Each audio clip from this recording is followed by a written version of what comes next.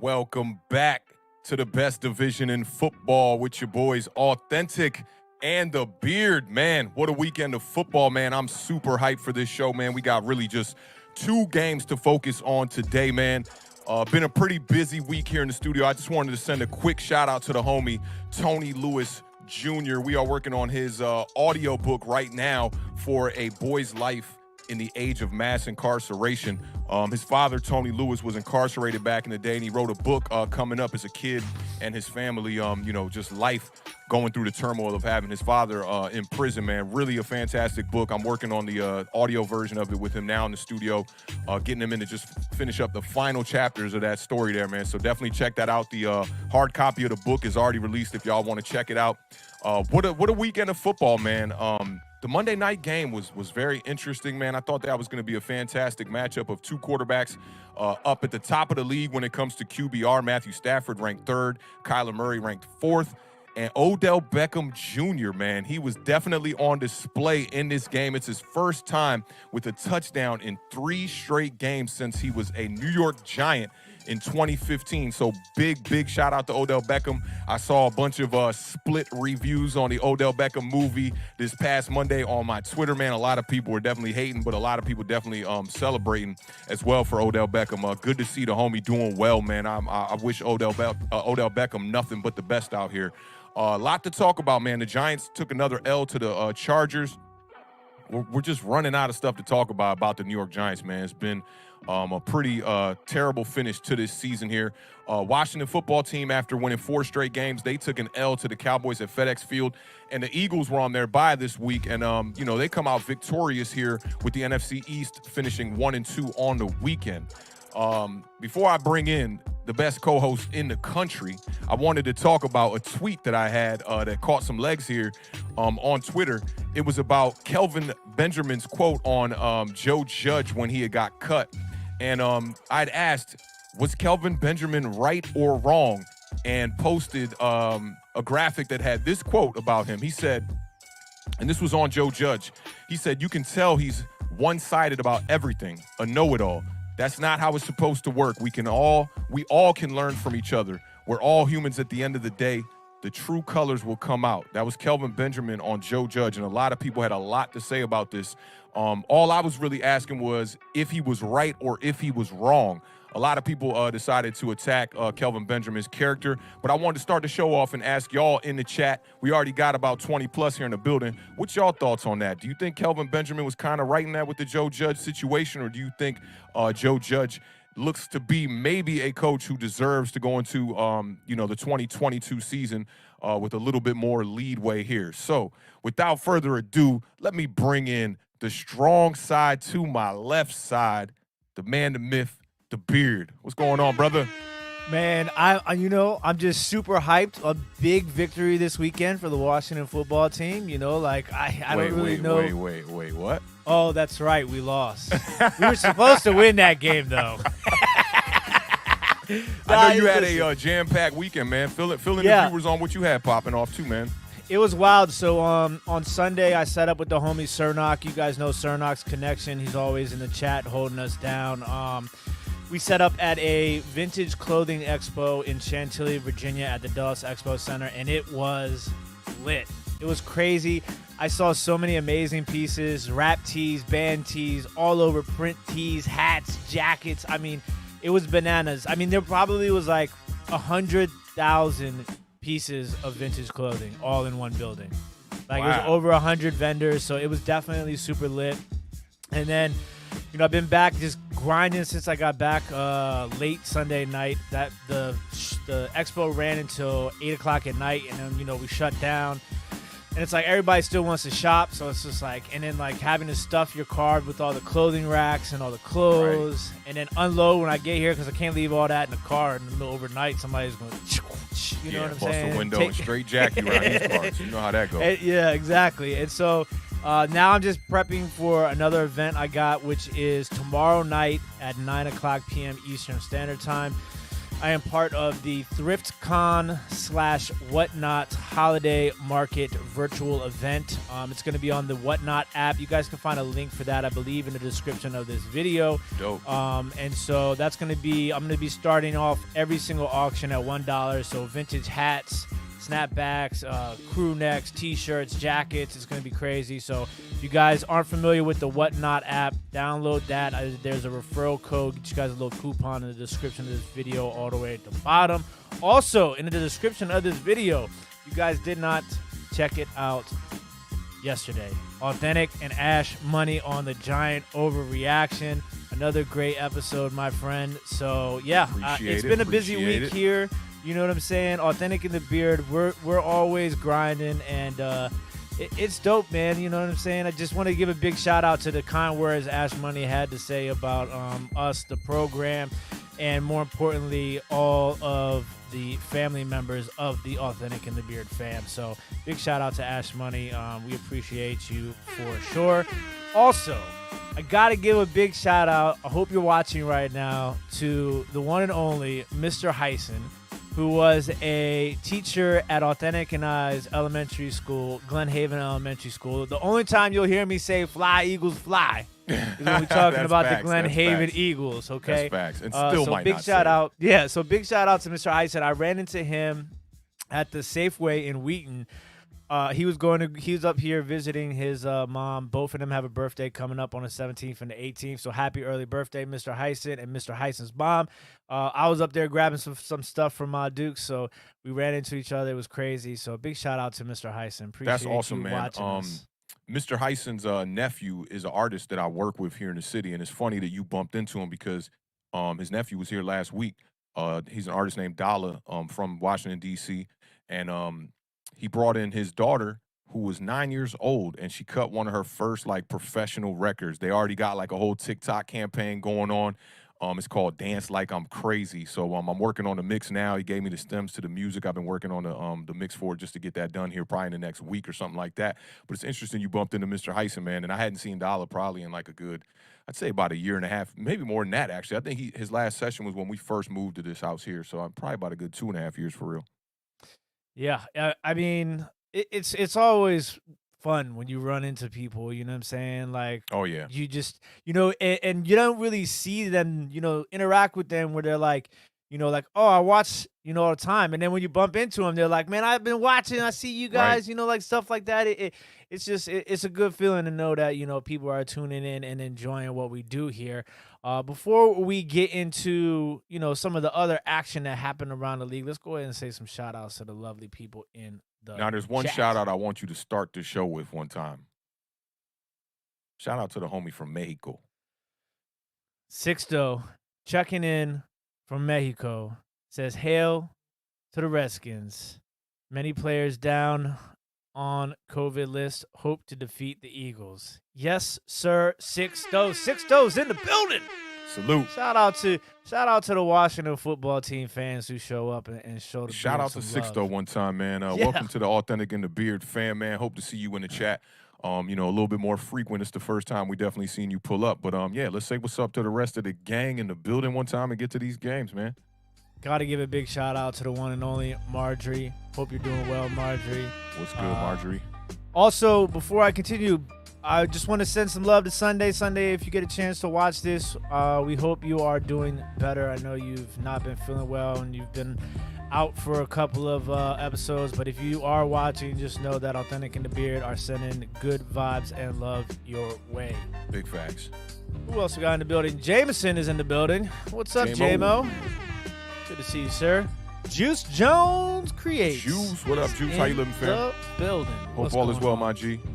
My favorite GQ name on the YouTubes, Mr. Edward Squires. Salute, Good to brother. see you, What's sir. up? Stephen White is in the building. Yes, sir. Good to see you, sir. I like how you spelled Mr. hi. That's what's up. Yeah. Mr. Lax O Fo Fo. Bo. What up, What's my up, G? Lax? Good to see you, sir. Appreciate you stopping by. Here we go. I told the Beard 42-24 boys. I'll take the 27-20. Get the 40 burger next time. Hey, good win. Good That's win, real. sir. I almost forgot that you guys won. I thought that we won in case you missed the beginning of this episode. But, congratulations. David's in the building. What's going on, brother? David. Great to see What's you. up, Hope man? you're How doing you well. living, dog? Mr. Mini Guy with his trademark yo is What in up? What the up, Mr. building. Mini Guy? Tonio Bot. What's Yeah, going Tony on, O'Bot brother? in the building. What's up, bro? How you Good been? to see you. Appreciate everybody throwing up those biceps early for sure. Early. And there goes the man right there, Mr. Ash Money. Ash Money Records, Sports Topics. Good to see you, sir. What's poppin', Appreciate Ash you Money? as always. Who else we got in the building? Brian is in the building. Brian Hey. Porras says, what's up, Me and guys? Brian was Hang in there, chopping it up. Authentic. We Giants was going to chopping rise it up this year. On Twitter earlier, man. You know, anybody who shows big love for Daniel Jones, I get to trolling so heavy on Twitter, and Brian is definitely one of them, man. And I told him, I said, man, you love Daniel Jones. And he said, not as much as I love you. And he sent me this funny gift, yo, had me crying, man. Shout out to homie Brian one time in the building.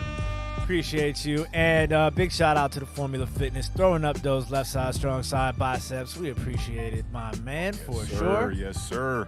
Big shout out to No Mets, No Nets, No Jets for the $1.99 super chat. Says, I am very happy to be here. Hello, everyone. We appreciate you. Thank you as always, sir.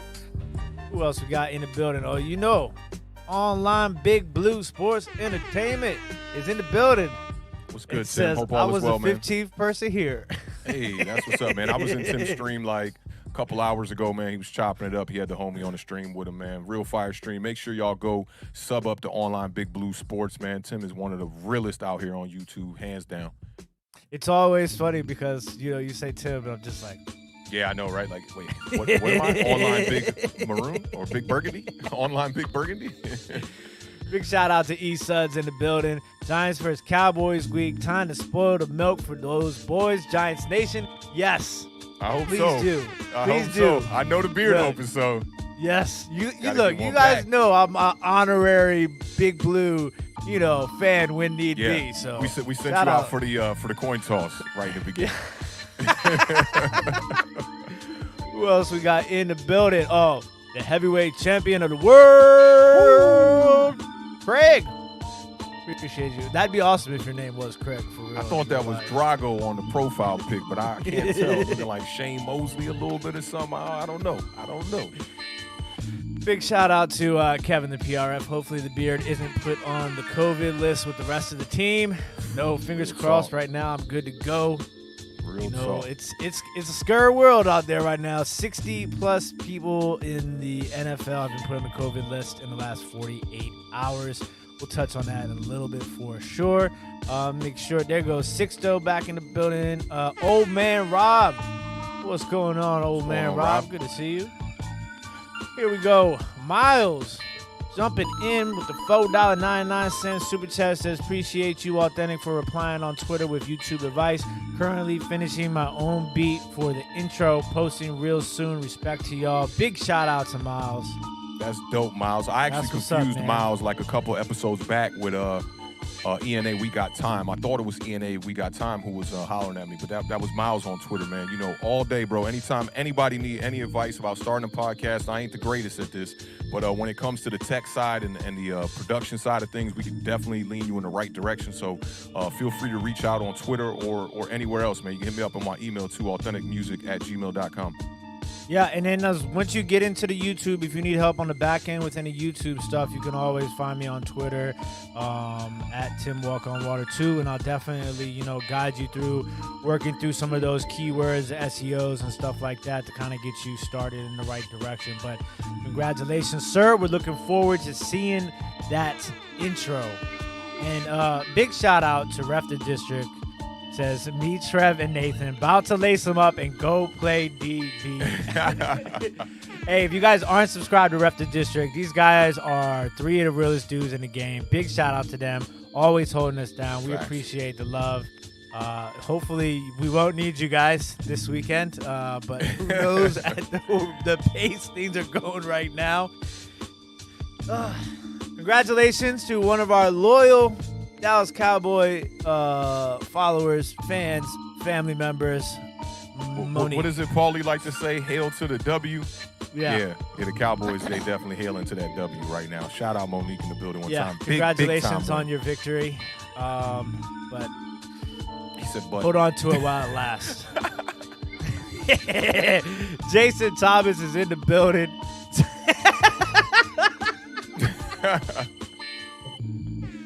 Derek Carr needs to cut his hair. Big shout out to Jason Thomas. Appreciate you stopping by for sure. Blazing Serenade. Oh, that's what's Giants up. is Giants doomed, is doomed. man. I know that's right. I know that's right. Mark Primetime 21 says, "What's up, guys? Out here truck driving, listening to you guys all night." Hey, we appreciate that, Mark Primetime 21. That's Congratulations to your Dallas Cowboys for the victory. We appreciate the fact that we can be your entertainment while you are out there on the road driving the trucks. It means a lot to us. Big shout out to Bubs. Bubs in the building. What's up, fam? Hey, Jason Thomas says, "Love your guys, Mike and camera. I will definitely hit you up because my pit bull puppies ate my wires." I know all about that life, man. I know all about that life. Shout out Jason Thomas one time. Blazing Serenade says, wants to know if we are watching Spider-Man this week. I'm going to be honest with you. I'm going to try to. I'm not a big Marvel guy. Yeah. But I would watch it. You know, I probably am not going to go to the movie theater to watch it, but you know. Spider-Mans are always really good. And we got that the 4DX theater out here too, man, which it's got like one of the biggest screens in the whole country, and it's got like I still haven't been to and all that. You should try. What you did you don't guys be see doing there? stuff like that. You know, you don't need a vacation, bro. You need a break. That's what you need. You need a good break. Get you a good Xbox, you know what I'm saying? Get you a good movie. Go see you a good movie, some good popcorn, you know. Maybe invest in a couple of shares into some AMC right now. They're down right now. You know, it's a good time to try to catch them on the dip. Right now. Okay? And, you know, go watch you a good Spider-Man. And I got to do a shameless plug on Spider-Man. Shout out to my homie Chaz French, who I saw this weekend perform at the Crabs in the Bucket concert with my homie Dre So High. There's some pictures on my Twitter that I posted on that. Oh, but, those pictures shout out to are Chaz. fire. Thank you, man. I definitely appreciate that. But shout out to Chaz, man, one time, because Chaz got me one of the biggest opportunities of my life when we did the theme for the Spider-Man movie 2 Spider-Mans ago, the Enter the Spideyverse film that was the cartoon version of it. The main song of that, we recorded that in my basement. So big shout out to the homie Chaz French. And if you not hip to Chaz French, definitely find him on your Spotify, on your Apple Music, and go find him on Instagram. Go follow him. That dude is one of the realest, puts out some of the best music in this whole area. Wait, so let me ask you this really fast. Did you see the tweet that I tweeted so one day I was on Twitter and I was looking for a GIF, and I was looking for like a no, like kind of like a Mutombo finger. Oh, you saw Chaz? Chaz was the first one that popped up. Yeah, that happened to me recently too, man. I was like, this kind of, I can't remember what I searched. It might have been no, and I see Chaz in there like doing like this. I thought that was funny. I remember when he made those GIFs, man. That was like 4 or 5 years ago. I immediately started laughing because I could hear his voice saying what he was doing right there. I was dying. Chaz is a whole character, man. Shout out, he's a Cowboys fan too, so shout out to the big win from. I'm surprised I didn't get any. He likes to rub in those victories whenever he gets a chance. Yeah, but he's for surely a casual. He's like, oh, we won. Chaz one of them kind of Cowboys fans. Like, oh, we beat them this week. Brother. Like my your brother. bro's like that too. It's like, how's Troy Aikman doing? Like, come on, bro. Big shout out to Tuto for the $4.99 super chat. Says, salute to you, authentic New York Giant legends of all the times. The myth. Dropped by your office to pay our proper respects and trash all Eagles fans. Oh, no slaps today. We trashing all them Eagles fans. Let's go, we'll man. Take Shout care out of the my man slaps. Y'all take Tudo care in of the building. the trash. So, Monday Night Football, really fast. Matthew Stafford and Odell Beckham. What a huge game for them, because a lot of people got a lot of things to say about Odell Beckham. If you guys are watch the Authentic and the Beard, you know that we are fans of Odell Beckham Jr. And that game right there showed you he still got the juice. He's still got the juice. That people needed that game to show them. It's crazy. It's ridiculous. Crazy. The route running. Odell Beckham is still one of the better route runners in this league right now. You see that slant? You see that slant on the goal line, bro? He's just shaking boots, man. I mean, come on, man. It's Odell Beckham here. That kind of talent does not just fall off of a cliff. It doesn't. I don't care about the injuries or not. It just doesn't fall off the cliff. And the more and more, time progresses here, the Giants are looking more and more wrong about that trade. I don't care about what happened in the Josina Anderson interview. Go back and watch that interview again. Stop being soft, man. Stop being soft. He didn't even say nothing about the damn quarterback like that. Stop being soft. He kind of gave you the roadmap as the Beard would give you as to all the problems that are happening with the New York Giants now as far as lack of leadership, and people in the building not being invested in the actual players and dialing up the right game plans, and the Jason Garrett firing and all that stuff is all coming to a big halt now with the New York Giants. And we're talking 5 seasons now. 5 straight seasons of a losing record now under this regime here. It's just not working. And also, Matthew Stafford has put himself back into the mix as far as MVP goes. That was a huge game for him because a lot of people have been down on Matthew Stafford as of late. He is top 5 in yards, touchdowns, all of those sort of stats, passing wise right now. I'm gonna pump the brakes up just a bit. I need about 1 or 2 more games to really talk that MVP talk, because right now I think it's unanimous almost. Like Tom Brady been playing is just it's out of this world right now. But I mean, Matthew Stafford definitely balling. And last night that crossing route that he hit Odell Beckham on, you don't get a tighter window than that to throw a pass in. And you talk about a bullet. I remember we talked about Jared Goff's bullet or whatever that was a couple weeks back. We both tweeted it at the same time. That throw from Matthew Stafford, that shows you that his arm talent, there are not many players in the league that can throw that ball like Matthew Stafford. The different kinds of throws that he made. I wish I had the stats on the night. I can't remember what it was. I think, did he have an interception on the night too? Can't remember. I don't think so. I think he just had that 3 touchdown game. Great throw to Van Jefferson. There was that other, like, I forget who. This one might have been Cooper Kupp, but it was like a 3rd and long, and he dropped that post corner. I mean, just like it dropped like a punt right over the defender and just landed right in the breadbasket of the wide receiver, man. What I would do for a quarterback like that, like how we was talking with ENA, we got time, like we'll go pick up Russell Wilson from the airport. Yeah, dog, I will ride a bicycle with Matthew Stafford on the handlebars back from L.A. to Washington, D.C. to bring him and be the quarterback of the New York Giants. Big facts. They had a good bounce-back game, the Seattle Seahawks. They got to play who did they get to play? Was it Jacksonville or Houston? One of the two of them. I think it was Houston. They got Houston, to play and get that win. But I wanted to give a big shout-out to my homie, Davis Mills. Completed his first 14 passes in that game against Seattle. So, Seattle's defense kind of trash. I ain't on the Davis Mills, hype train. I'm sorry. I ain't on the Davis Mills hype train. Ain't no way. And the Raiders got absolutely throttled again by the Kansas City Chiefs. Yeah, that was crazy. That game got out of hand so early, man. That was surprising. And you saw they were stomping on the Chiefs logo before the game, trying to be all cute and whatnot. And then you just get straight up stomped right after that. That's not a way to go out after stomping on somebody's logo. 48-9. That hurts. Yeah, and it was a donut for a long time in that game. That hurts. I mean, and Alvin Kamara is back. The Saints, Alvin Kamara is, if they don't have Alvin Kamara, that guy is he's world class. The Saints are bad. The Saints are bad. And the Jets are just extremely bad. Your boy Zach Wilson back down to earth again, missing just the easiest throws, man. 5-yard, 10-yard, easy throws I can make. I know I can make them throws. Cam Newton benched again. Yep. PJ Walker. The Falcons are still somehow they're basically a tiebreaker away from the playoffs. What they're doing in Carolina is not really a good look, I feel like. It's weird. You got to commit. You got to commit. Yeah, you have to commit. And then doing all this flip-flopping with Cam just getting back over there, I just don't think it's the wave, especially for the fan base who was reinvested in Cam Newton now. Coming back after the first couple games looked pretty good against, I forget who the first game was, but then the second one against y'all in an L. But now Cam Newton, I want to say, is 12 straight losses as a starting quarterback for the Carolina Panthers. That ain't going to get it done either. It's tough. And then last couple of days I want to touch on George Kittle, another monster game. Deebo Samuel came back. That was a crazy game between the 49ers and the Bengals.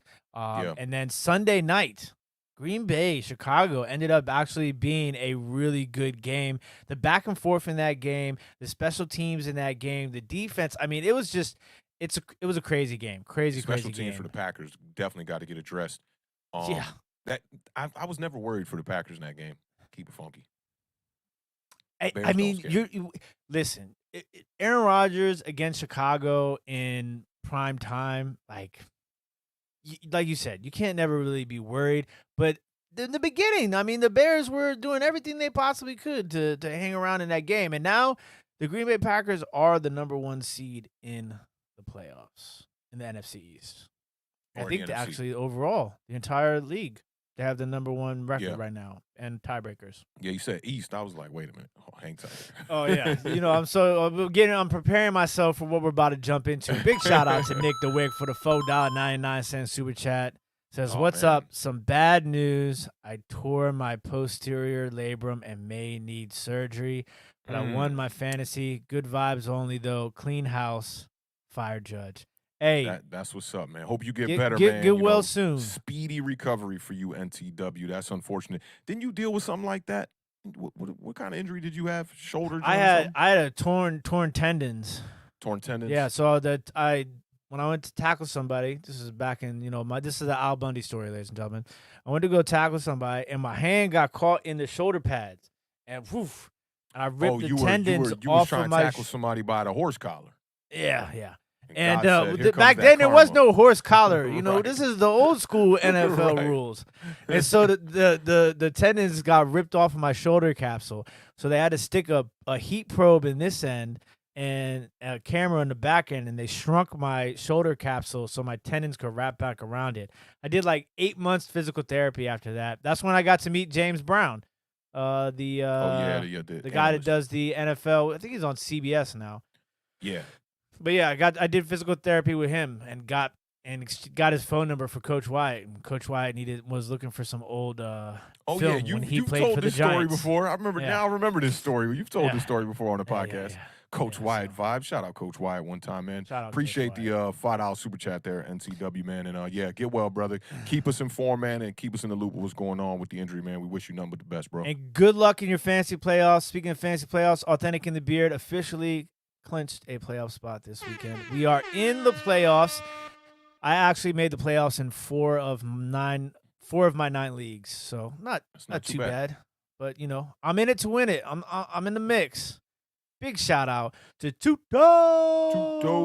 for the $4.99 super chat. Says JJ should go to night school and take some coaching 101 classes. And please stop talking about punching noses for 60 minutes. BS, please. Forget about it. Facts. That's facts right there. Shout out Tuto one time in the building, bro. We appreciate you, shout my out G. to Tuto. And also, we got a super chat from Zachary. Thank you for the $2 super chat. Says, track coach Joe needs to go. Track coach Joe. Joke. You got bars right there, Zach. I hear you, man. It did, right? Bro. Track coach Joe needs to go. Bars. Hey, Bars. big shout out to Straight Lucas bars. checking in from Australia. I see you, buddy. Long snappers don't tackle. Shout out, Lucas. Listen, I was not just a long snapper. I played middle linebacker. Listen, when I tell you I played when I was on JV, I didn't walk off the field unless it was halftime or the zeros were on the clock in the fourth quarter. I was on the punt team. I was on the kickoff team, the kickoff return, extra point team, offense, defense. Your boy, you want to know about a 60-minute man? I was a 60-minute man. I was out. But we played 60 minutes. I think we played 40 minutes. Once the beers start going, listen, it's going downhill from there, yo. Listen, all right? You're not going to question my career. Listen, Potomac, double overtime, 21 tackles, 2 forced fumbles, 2 broken ribs. What's up, man? That's what's up. I hate talking about football with you, bro. I really hate it, bro. All right, so we got anything else before we I got some medals. First game? I got some medals. Come on, man. Hey, just so y'all know, like in the chat, whenever y'all see this right here, that's the like, yo, hurry up and wrap it up, B.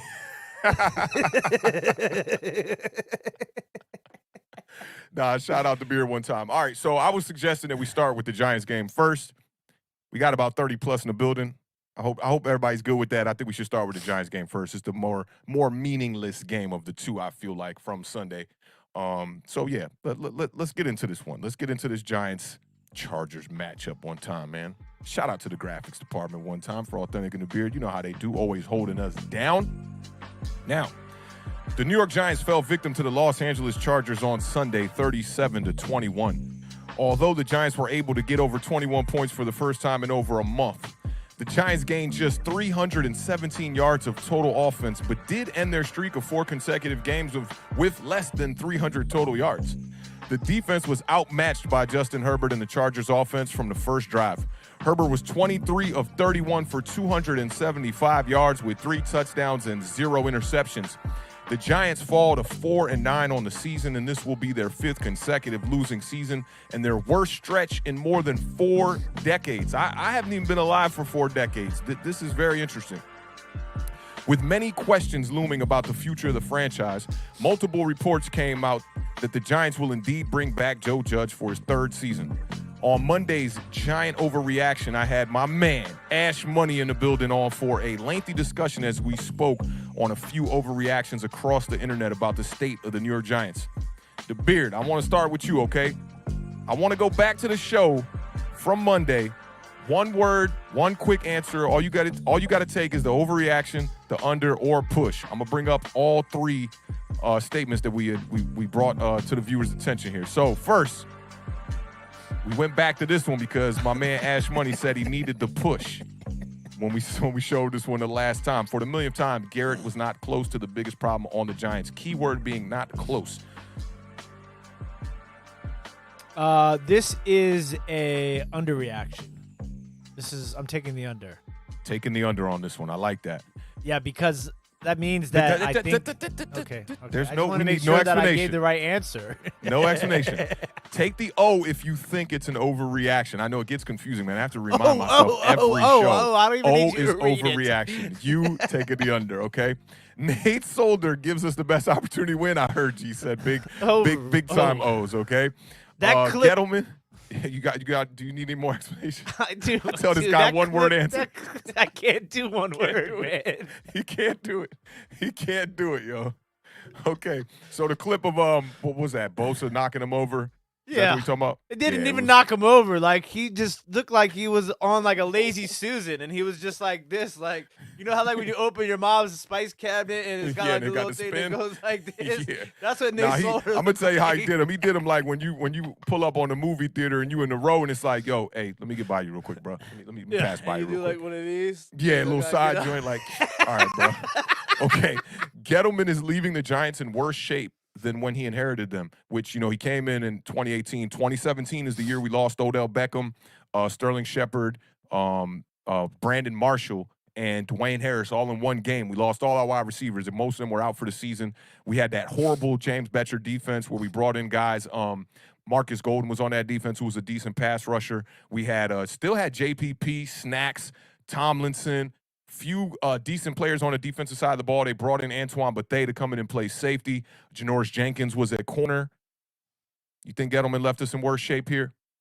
Underreaction. Underreaction. I like that one. Yeah, and then the last one here. If Joe Judge wants a future in New York, Daniel Jones can't be his quarterback. Is this an overreaction?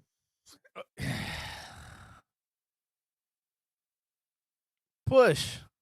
I like that. A lot of people took the push on this one, too. The last 2 questions were the ones that kind of split the room on the Giant overreaction. All right, I always got to bring you in, get your assessment real quick. Make sure y'all check us out Week 18. I'm going to bring the Beard on when we play the Washington football team to do the Giant overreaction. So y'all make sure to be in tune for that one. That's just in a couple weeks here. We only got 4 games left, and that is the 4th of the 4 games. So make sure to check us out for that one.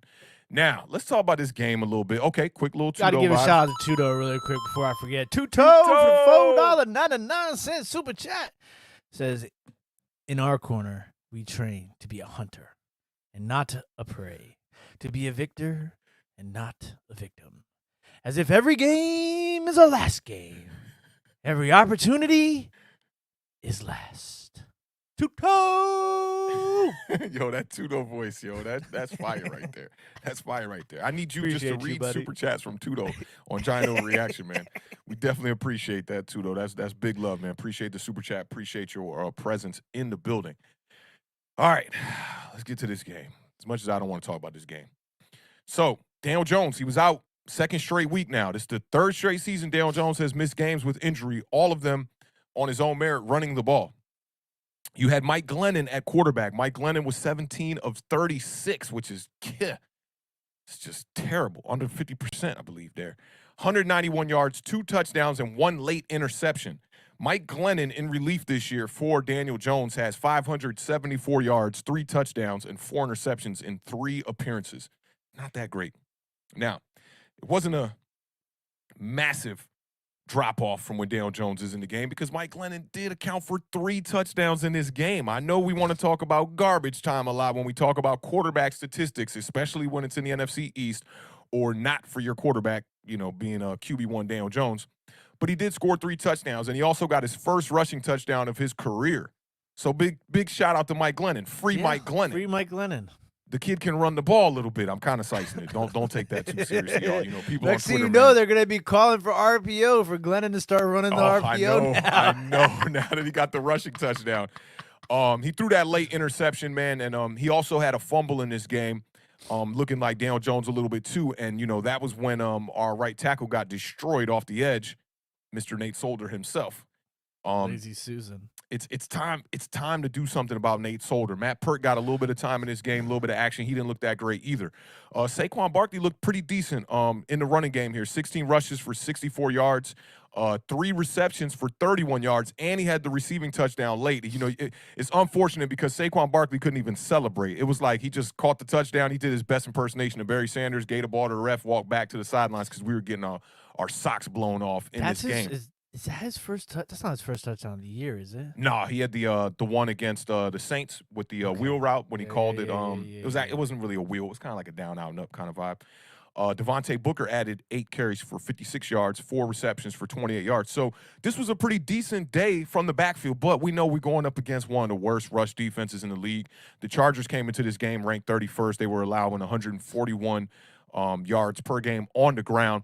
And we didn't get to that number, but the Giants got 136 rushing yards on the ground. 111 of them came in the second half. So I do like the commitment to stick to the run, but I think Joe Judge was just doing that just because, just trying to kind of save face a little bit because we've seen him abandon the run game a lot this year. The 136 yards on the ground was the 3rd highest total of the New York Giants on the season. So, that was the one decent thing I saw from the New York Giants in this game was the running game. They got Barkley going and they got Booker going in this game. 3rd down for the Giants. Give Solder to Washington. We'll move him to guard. I know that's facts right there, Kevin. Y'all like to do that. Shout out to the homie, what's my man's name that looks like Ash Money? Eric Flowers. Eric Flowers. Turned into be a decent guard. And didn't he go to like Miami for a year and Miami come back for to a y'all? year. Yeah. Good for Eric Flowers, man. That's awesome for him. Not good for Giants because we didn't. Somebody told me something about his dad didn't want us to move him to guard when he was with the Giants, and that was a lot of the reason why they didn't do it because his dad was lobbying for him to be a tackle. He could have played right tackle or left tackle, but seems to be the smart move for Eric Flowers. The Giants also, another decent thing from the Giants on the day was 3rd downs. We were 7 of 13 on 3rd down. That doesn't sound that fantastic, but it does tie a season high for the New York Giants. The Chargers themselves were 7 of 14. The Giants were also 0 for 2 on 4th down, which that's not a good look. We know Joe Judge, Mr. Conservative himself, has not gone for it on 4th downs a lot this year, and to be 0 for 2 on 4th down, that doesn't yield well for the New York Giants. Chargers dominated the time of possession here, 34-20 to 25-40. Now, Mike Glennon, he had that one good throw across the middle to Kyle Rudolph. This is the first time we've really seen anything like that this whole year from Kyle Rudolph. It was a 60-yard pass, more like Your a leading 30-yard receiver pass. on the day, by the way. He was our leading receiver on the day with 2 receptions. That just sounds crazy. Sterling Shepard also had 2 receptions for 27 yards. Kenny Galladay, 2 receptions for 15 yards. Evan Ingram, 1 reception for 8 yards. John Ross, 1 reception for 8 yards. Farrell Cooper, 1 reception for 6 yards. And Elijah Penny had 1 reception for 3 yards. It was a touchdown, and his first receiving touchdown of his career. Now, don't forget Darius Slayton. Oh, that I didn't forget him. There was nothing to talk about. He had nothing on there. Zero. Darius Slayton is Zero. Darius Slayton. He's been doing that this year. He knows how to go invisible in games for sure. But the one good thing I took away from that, Mike Glennon spreading the ball around. All right, he got 1 catch from a bunch of guys, 2 catch from a bunch of guys. And lastly, I want to talk about some of the PFF grades for the Giants. Offensive line wise, and I don't understand why we're playing better on the offensive line with Mike Glennon in the game. I have no explanation for that. But center Billy Price was 2nd on the team with a rating of 85.3 from PFF.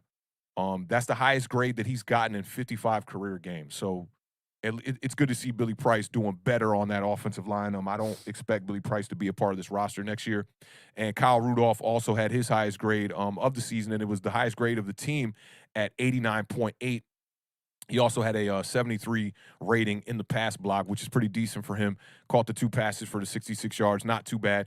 And Will Hernandez blocked pretty well in this game, too. It was his strongest performance of the season. He didn't allow a pressure on 43 pass block attempts here. He finished the day with a 79.8 PFF grade. I know a lot of people don't like to rely on PFF, but it's really our only way to gauge what's happening on the offensive line. There's not really much statistics.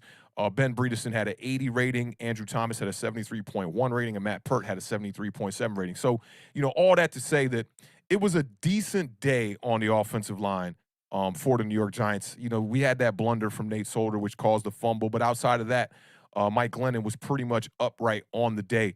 The Chargers, man, they lit it up. And real quickly, this is what I wanted to bring the Giants fans' attention who are the stands for Daniel Jones. Always got an excuse about everything. I think Daniel Jones has been a pretty much average quarterback for most of his career, but people want to make up excuses about offensive line not playing well, no running game, no weapons, this, that, and the third. Jason Garrett still getting blamed for what's happening over here with the New York Giants. But Justin Herbert, man, just a flawless game, man. This dude's looking like a top 5 quarterback right now. Rashawn Slater also gets big props from me, man. He's only allowed like 1 pressure on the whole season. His block rate has been 90+. It's just fantastic play out of him. What's her name? Mina Kimes was talking about him being maybe the offensive rookie of the year, which would be the first lineman to do that. But Herbert, 275 yards, 3 touchdowns. Austin Eckler, 12 rushes for 67 yards and a touchdown. And Joshua Kelly, who I kind of forgot about Joshua Kelly after that. He had that rookie one season. big game where he trucked somebody last year, and then you I didn't loved really it. see him. Yeah, well, You really haven't seen him much. I'm a big Josh Kelly guy. They got I a like Josh stable. Kelly. They got a stable over there. With man. who's the other back? Josh Jackson, I believe, over there. Justin Jackson. Justin Jackson. But Kelly had the 10 rushes for 33 yards. It was good to see him get back on the field. But, talking about getting it done with no weapons, man. We talked about this last week with Dak Prescott. And your boy Herbert out here, man. You look at these guys he was throwing to on Sunday. Jalen Guyton. He makes That's big exactly plays. how I feel about him. He makes big plays every He's once a in a Darius while. Slayton, if you ask me. 3 receptions for 87 yards, 1 touchdown. Josh Palmer, 5 receptions for Rookie. 66 He's a yards rookie. and a touchdown. And Mike Williams was out there, 6 receptions for 61 yards. Jared Cook, we know what he does at the tight end. I've been waiting for him. He really didn't do much in this game, but he did have 1 touchdown, 2 receptions. The Chargers had 423 total yards. It's the second highest total allowed by the Giants this season.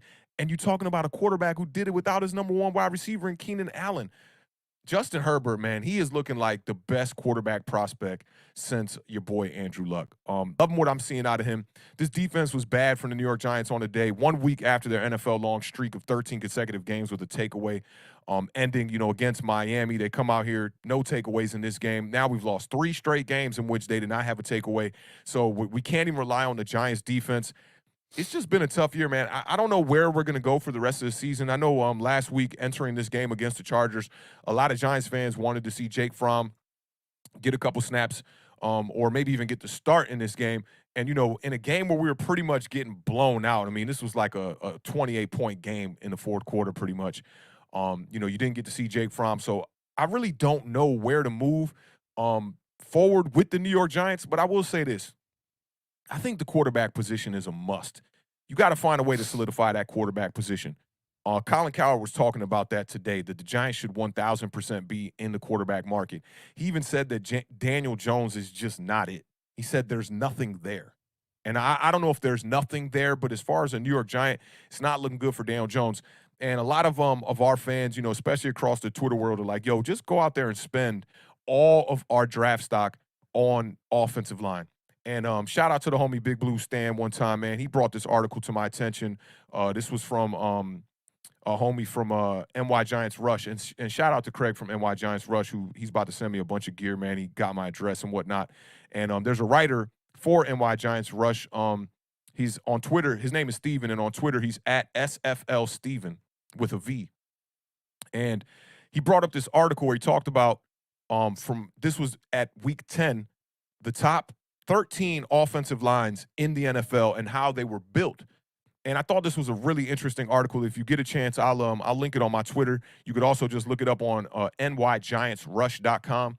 And he talked about the top 13 teams in the NFL at the time. It was the Cowboys, Chiefs, the Bucks, the Browns, the Rams, the football team, 49ers, Eagles, Chargers, Cardinals, Patriots, Packers, and Ravens.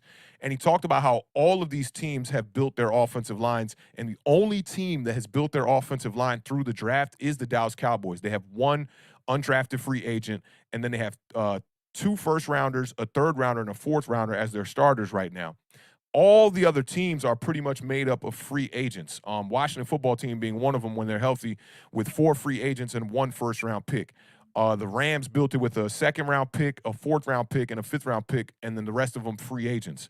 The Cardinals, a first and a third, and 3 free agents. The Chargers, they got Rashawn Slater as a round 1 pick, and everyone else on that offensive line has been a free agent. The Patriots built it with a first and a sixth, an undrafted free agent, and a fourth rounder. So this whole narrative that you have to like spend on just first round draft picks to be able to build your offensive line. I mean, I'm not saying that it's wrong, but I am saying that I think Giants fans need to look in other directions about how to build a team. And y'all know the last couple of weeks, that's the point that I've been hammering a lot, is that we don't necessarily have to build this team through the draft. I think that it might take longer to build this team through the draft. We have a lot of draft stock and capital going into the 2022 draft. I think you could do a lot of different things, man. You could take a first and trade back for another first and still maybe even get 2 offensive linemen in the first round if you want, and build a little bit more draft capital going into that second round. Maybe you get 2 or 3 more second rounds out of that. You can wheel and deal these picks. I don't think there is a right way. I've been seeing people tweet that a lot, like, build this team the right way. There is no real right way to build a team. Yeah, you can every get the team is quarterback. different. Every team is different, or you could get the offensive lineman, or you can get a running back. We've seen the number 2 pick with Saquon Barkley. A lot of people harping on that point, saying you don't build a team by drafting a running back like that. And I am one who thought when Eli Manning was going into his last season, drafting Saquon Barkley was a no-brainer for me, because I didn't look at us as a team that was going to be in a full rebuild. I think entering 2021, they went out there, they spent a lot of money in the free agent market. They brought in a bunch of new players, and it just has not panned out. I'm not one of these people that's going to rag on Dave Gettleman too heavy. I don't think he's done a good job here, but I don't think that's reasoning to be like, oh, he doesn't deserve to be, let to walk off into the sunset in a certain way and resign, instead of posting articles that say he was fired. He came here and he tried his best. It didn't work out. That doesn't mean that Dave Gettleman wasn't doing his job. He just wasn't doing a fantastic job of doing his job. So with the Giants, man, I just don't know. Like right now, I'm a little bit, indifferent about bringing in Russell Wilson. But I do think that a quarterback can fix a lot of the problems here in New York. This is a quarterback-driven league. You saw the Chargers when they had Tyrod Taylor at quarterback. They were a struggling team. And even last year, I think they only won 6 games, I believe. I might be wrong on that. It might have been 7 games. But you could see that they were a team on the up and up once they had the quarterback in position. The Giants have to find a way to get the quarterback in position. And right now, I think it's painfully obvious that with us right now, the quarterback is not the guy. And I think it's also being more and more obvious now that the coach is not the guy. Yeah, I mean, before I forget, let me get a two-toe real quick. Speaking of coaches, JJ, for those of you that don't know, JJ is Joe Judge. Might be the best special teams coach in the NFL, but he really sucks as a head coach, and he refuses to accept and admit numbers and records don't lie. Shout out Two-Toe for $4.99. I think that Joe Judge now is 10-19 as the head coach of the New York Giants, and he's another one. Like, tried his best, man. Didn't have a lot of experience. Might be in over his head. We'll see. Looks like, from all the reports, Joe Judge is going to be back for his 3rd season in 2022. Not what I'm hoping for. I would rather hope a reset, for the New York Giants, but we'll see, man. We'll see. Do you think no matter, there's nothing that can happen through the rest of the season that will impact that decision one way or another? Like, if they just lose out, is it still all not for me, go? man. I mean, because where I stand, losing I think out he should would be hurt fired. him more. I think he should be fired too. I thought he should have been fired back when Jason Garrett got fired. And I also thought that if they were going to fire Jason Garrett, they should have waited till about right now to do it. And I would have felt a lot better about Joe Judge, because then I could be like, Jason Garrett was probably partial for the reason why things were happening, and you don't have a long buffer to really think about it. You only got about 4 games without Jason Garrett. But now we're looking at this is the 3rd game, I believe, without Jason Garrett calling the plays. We know that the philosophy is still there from Jason Garrett for sure, and the playbook and whatnot. But I just think that the timing of everything the Giants have done has not been right. And I can't fault Joe Judge too much because, like I said, he's doing his best job there. But there's nothing that the Giants could do to finish out this season. I mean, even if they won out, I mean, if they win out and they were to get in the playoffs and win a game, then maybe I might be on board for it. But I mean, look at the chances of that happening right now. We're sitting at 4-9. Big shout out to ENA. We got time for the $4.99 super chat. It says, go grab TVD from Miami in a year. Yes, I'm University of Miami, the U bias, but you see Roche turning out to be a solid player for us. That's facts. That's facts right there. Shout out ENA. We got time. The only thing about that is, and I saw before I get, let me get to Tuto for the $4.99 super chat says, all bad owners hire moron GMs, bad GMs hire moron head coaches, bad head coaches bringing in garbage players who would lose every game. The results are undeniable. Yeah, and Tudo, he kind of reminds me about something here, man. That with the reports that came out from Mara, he said something like, in Joe Judge, I think I found my Bill Belichick or my Bill Parcells. Yeah. And what's puzzling about that is, are we not going to put Tom Coughlin in that same breath? We're going to put Joe Judge up there with Bill Parcells and Bill Belichick without any mention of your boy Tom Coughlin? Don't seem right. It just don't seem right. So, I mean, I want to say you had your I think he called him a baby Bill. I want to say you had your baby Bill and Tom Coughlin, man. You ran him out the door. And I don't know if you saw the retweet I put up today, man, where when Tom Coughlin did his speech when he was resigning, he got off the podium, stepped down off the stage, and Mara's right there, and he stands up as if he's going to get the handshake. Man, Tom Coughlin just kept it pushing like, man, get your hand up out my face, bro. Didn't even dap him up. It's crazy. Big shout out to Kevin, the PRF, for the $5 super chat. It says, Joe Judge, just the latest branch of the poisonous Belichick coaching tree. Yeah. Brian Flores, the only one doing Yeah. It's kind of crazy to think about when you really think about that. He might not be getting fired, but I am one that believes that listen, the more that they say he's not getting fired, the more I believe that he is getting fired. Right. That's how I always look at things when it comes to the NFL. Whenever they're telling you no, that means yes. Usually. That's how things work in the National Football League. So do we think Rivera is a bad head coach? I don't think Rivera is a bad head coach. I think he's made some questionable decisions, but I think if you were to put it on a scale, and to balance everything out, I think for the most part he's considering what's going on in Washington from the second he walked in the door. I think he's done a pretty darn good job. Yeah, but I do too. I mean, like you said, he has some of his mistakes he makes for sure. I think he missed on the quarterback position both years. And, with Ryan Fitzpatrick getting hurt, that kind of helped him out, I think, with Taylor Heineke giving y'all a better shot to win games. Washington just won 4 straight, man. They started off 2-6, so it goes to show you there's some resilience in that building, and I think it starts from the top, man. Like, their head coach, he is experienced, and I think, Ron Rivera is a reason why maybe Dave Gettleman was a little bit overhyped, as a GM, because Ron Rivera was the guy who was coaching these players up and, doing that running scheme with Cam Newton that was working to success for sure them first couple of years and brought them to I want to say that was a 15-1 season when Cam Newton and the Carolina Panthers went to the Super Bowl. I mean, look, that's great point. Great point, very bro. Interesting point. That's hard to argue. I guess Monique was basing that on what Tudo said, because Dan Snyder's a moron, and we have hired some moron GMs in the past. Dan Snyder is definitely a moron for sure. Now, that dude be lunching.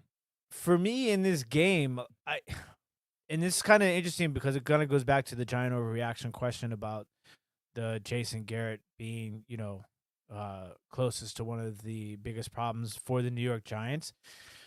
The remnants of whoever's in charge. This is what I want to really know. It's like I always get confused. I really like it when I know the hierarchy, or however you say that, of the coaching staff, right? Like I like when coaches are like, this is what this coach does, this is what this coach does. A lot of times, like some organizations are very open about who's calling the plays, who's making the decisions, the final decisions, stuff like that, because I watched the first drive of that Giants-Chargers game, right?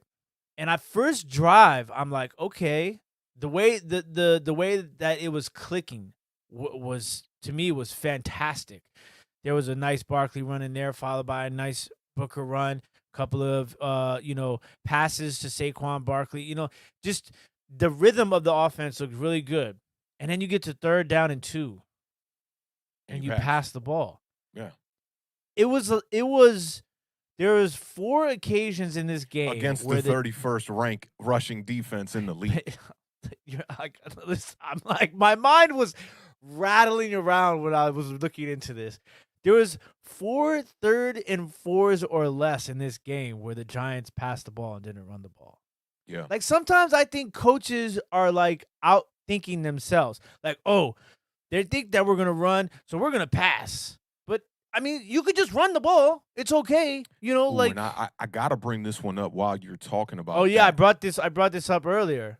I mean, that makes complete sense. It's like Saquon Barkley's pretty much calling his own number for the 2 touchdowns that he's gotten this year. And he is a leading receiver as far as touchdowns go for the New York Giants. 2 is the most that any of our receivers have on the year. We're talking about back-to-back years of mediocrity. Like, it was 3 last year. I want to say it was Darius Slayton and Golden Tate last year, who each had 3 touchdowns. Like, we're just struggling to actually throw touchdowns, which is just ridiculous. You look at the touchdown numbers from Justin Herbert in his first 2 seasons in comparison to Daniel Jones. It's just like night and day.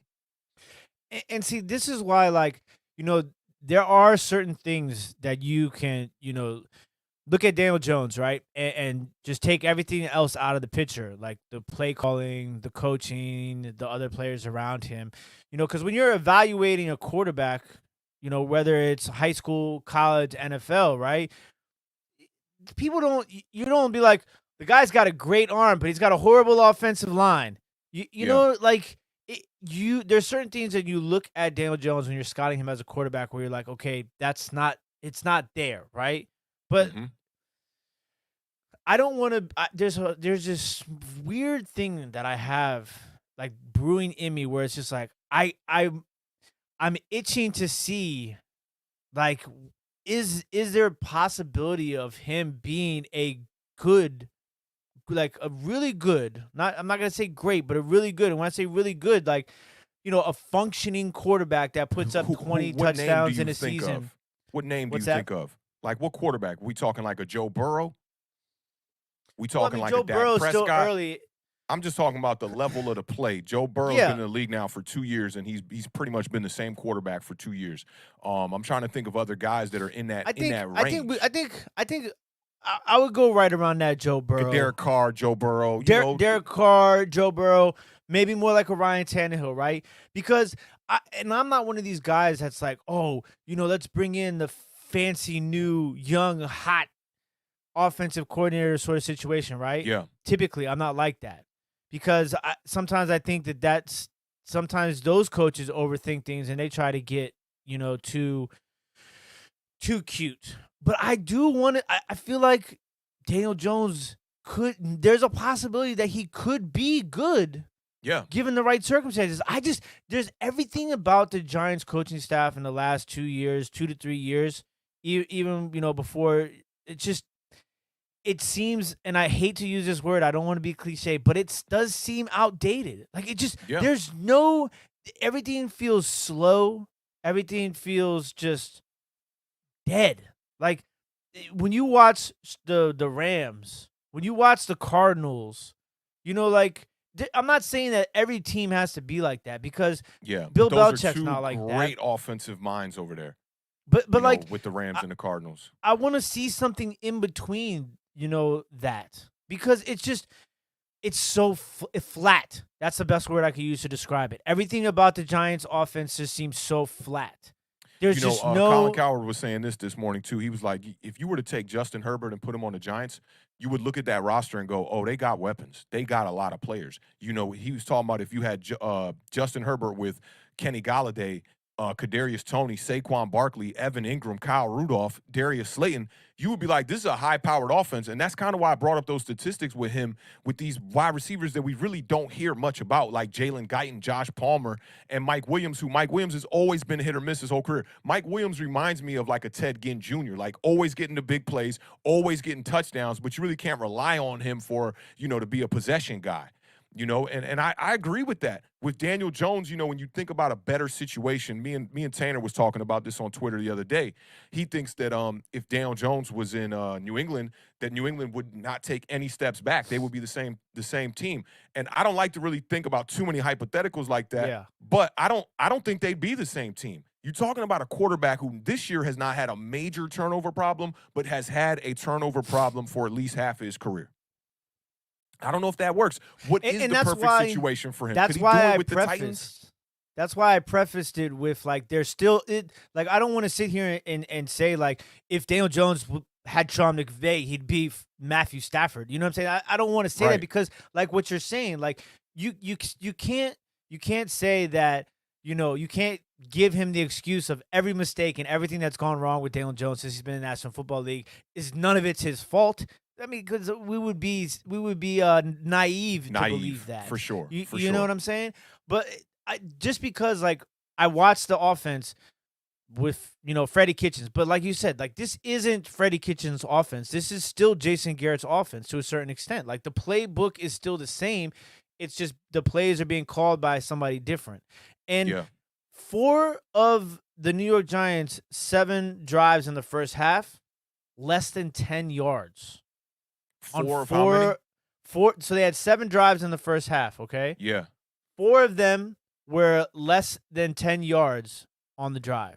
Okay. I mean, that's just ridiculous. The one drive was the touchdown drive, which was 75 yards. The first drive, which was 36 yards, where they decided to pass the ball on 3rd and 2, and then the other drive that was more than 10 yards was the last drive of the half, in which. That was basically the reason why they got more than 10 yards was because of that last play too. I want to say it was Elijah Penny.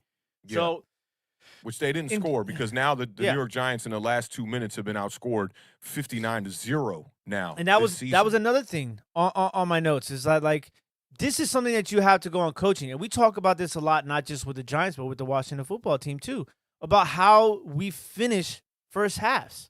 You literally gave up a bomb.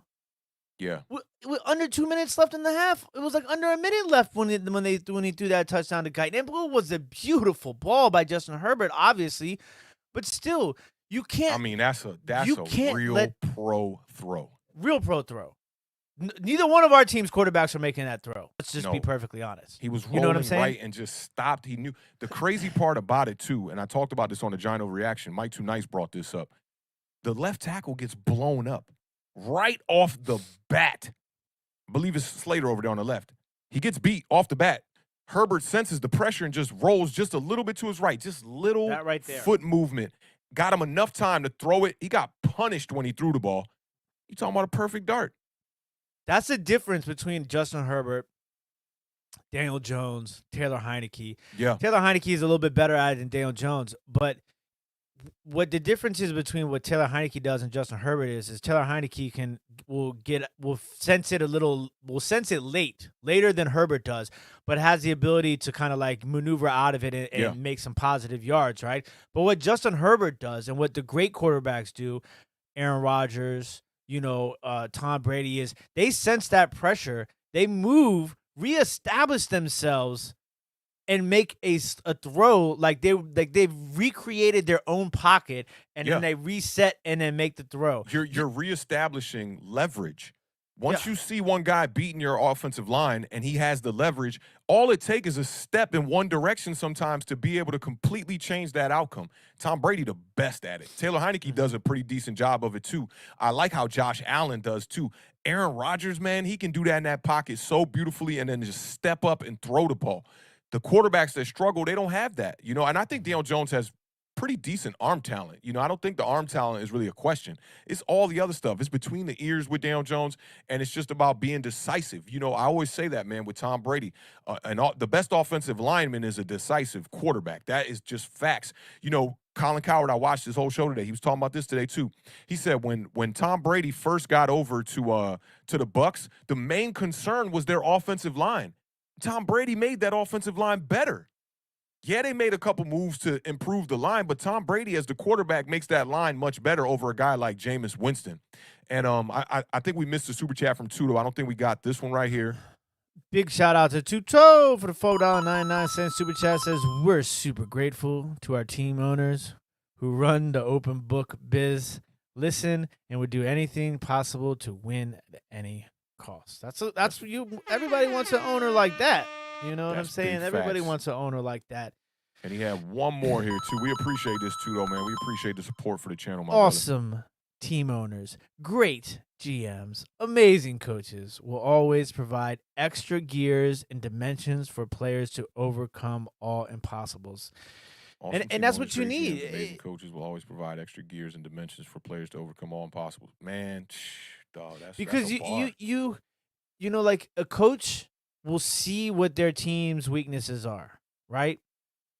Or what their strengths are, and they will work around those because that's what a good coach does, right? And I think this kind of goes all the way back full circle to the Kelvin Benjamin quote.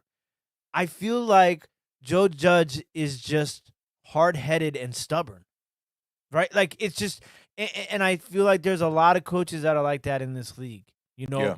And it's just like that's you can't be like that. Like the game is forever evolving and forever changing. Hey, shout out BB Jones. One time in the building, he said, "Don't worry, you didn't miss Washington and Dallas." Oh yeah, he didn't miss the roadmap. I will tell you this though. I did want to give some kudos to the Giants because there was one. I have one positive note on here. Red zone. 3 for 3. Not too bad. Shout out 3 Mike for 3 Glennon. in the red zone. Mike Glennon. Have we been 3 for 3 in the red zone at all this year? I don't think so. I don't think so. Oh man, Twitter's gonna hate me. Listen, the Chargers only punted this game. Punted 3 times in this entire game. So that's another thing too that's really interesting is because I feel like that defense that Patrick Graham's been running, where he's just kind of like letting everybody have whatever they want. Up front and, protecting the back end. You can't do that against a team like the Chargers because of how methodical their offenses ran. Like, dude, everybody was involved. 9 different people caught passes of the 23 completions of Justin Herbert. You had Eckler go 12 carries, 67 yards. Jackson, 9 carries, 35 yards. Kelly, 10 carries, 33 yards. I mean, literally everybody is involved. So, and there wasn't a lot of pressure on Herbert in this game. The fake punt was there. Oh, my Punter God, had a horrible throw. It was a bad call to do it. It's a horrible call. Yeah, but the play was there. If you would have made the good throw. You know what was crazy to me about it? It was a comeback route, bro. You ain't never seen nobody run no fake punt with a comeback route. That was crazy. I gave you the alley-oop for that one time. Yeah, you did. Shout out to DZ one time. He says the Bucs did draft Wirfs, who is already one of the best tackles in the league. That's facts. And that kind of goes back to what I was saying about the NY Giants Rush article, where they were saying all it takes really is one first-round pick, and you can build around that offensive line and bring in free agents and undrafted free agents and players who didn't work out on other teams. And I also see Esud saying this one. I really want to bring attention to this one, too. He said, I don't know what he was saying. I don't know, too, but I definitely agree with you on this. Jameis had 5,000 yards and 30 touchdowns to go with those sacks and the turnovers, which is totally different than Daniel Jones. Jameis Winston, I think he's one of 6 quarterbacks to ever throw for 5,000 yards. I think it's been done somewhere around 10 plus times, but a lot of the same quarterbacks did it. Drew Brees did it like 2 or 3 times, and I know Dan Marino, and there's been a couple other quarterbacks on there. So you can't forget, man, Jameis Winston. You know, a lot of people be trying to put Daniel Jones in that Jameis Winston bracket, but I don't know, bro. I think Jameis Winston is a tier above a guy like Daniel Jones. Listen, Jameis Winston can throw the football. Yeah. I mean, like, he's just, the thing with Jameis is when he plays from being down, that's the problem. He started doing crazy stuff, and mechanics get wild. You know, he's just trying to make too many big plays and not trying to live to see the next down. Big shout out to Tuto for the $4.99 super chat. So it is 2:10 a.m. in Italy, and our entire team and trainers are watching this live show with full attention to learn everything has said to win games. That's what's up. I like that. What's up? I like how you spelled that's what's up, Tudo. That's what I'm talking about, man. We appreciate you, bro. You know what it is, man. That's like 3 or 4 super chats, Tudo, man. Thank you. You ain't got to keep sending us bread, man. We definitely appreciate the support, my G. Thank you. To me, that's the thing is that, like, so, I at one point in time, for those of you that don't know, I compared Daniel Jones to Patrick Ramsey. And I think what it is you talk about it. We've mentioned it before, but you said it already. This show is between the ears, right? And that was, I think, was Patrick Ramsey's thing, was that he had that one season where it was so bad, like he was like the offensive line was so bad that he was running like he was just immediately as soon as he snapped the ball, it looked like he was ready to crumble. And I wonder how much of the early on stuff has played a role in Daniel Jones' head up to this point, because not all football players are built the same mentally, strength-wise, because, there's some people that just don't have thick skin, right? And that's just not how they're built. Like, like somebody like, like me and you, like anybody could say anything, right? And it's not really going to bother us. You know what I'm saying? But like, I think that's why I think there might be like the coaching change and stuff like that. It's just like, I don't know. For me, like the more and more I think about it, I think if it was up to me, I would fire the entire coaching staff, right? I would bring in somebody who I think can take Daniel Jones, not necessarily Daniel Jones, but the type of player mentality, like the mental strength of Daniel Jones, who can coach that up. Like, I kind of go back to that thing about Sean McVay and Van Jefferson on the sideline, right? Like, I feel like Joe Judge is the complete opposite of that conversation. That, now obviously this is somebody from the outside looking in. We're not in the locker room. We're not in the meetings. We're not on the sideline. We don't know. We can only tell you, but based upon what we see, productivity-wise on the field and what we see in the press conferences and so forth. And give that one more year to Daniel Jones. Bring somebody in, obviously, to compete with him. I think that's what's super important, too. But all of this is hearsay at this point because we don't know what's going to happen with his injury. Yeah, I mean, that's true. I don't expect Daniel Jones to come back and play this year the way things have been going with the neck injury, going to see different specialists. Kind of reminds you of Booby Miles in the Friday Night Lights film when he was like, yeah, we're going to go up to Midland and go check what they say about my knee when they knew the knee was messed up anyway. And I think, you're banking on hope when you do that. Daniel Jones has had 3 years to prove himself.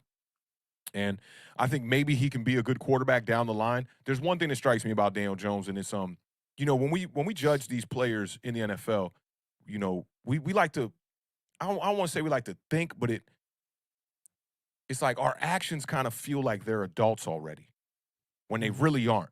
But you expect these guys who are at the highest caliber of an athlete to be able to conduct themselves like that, almost like an adult.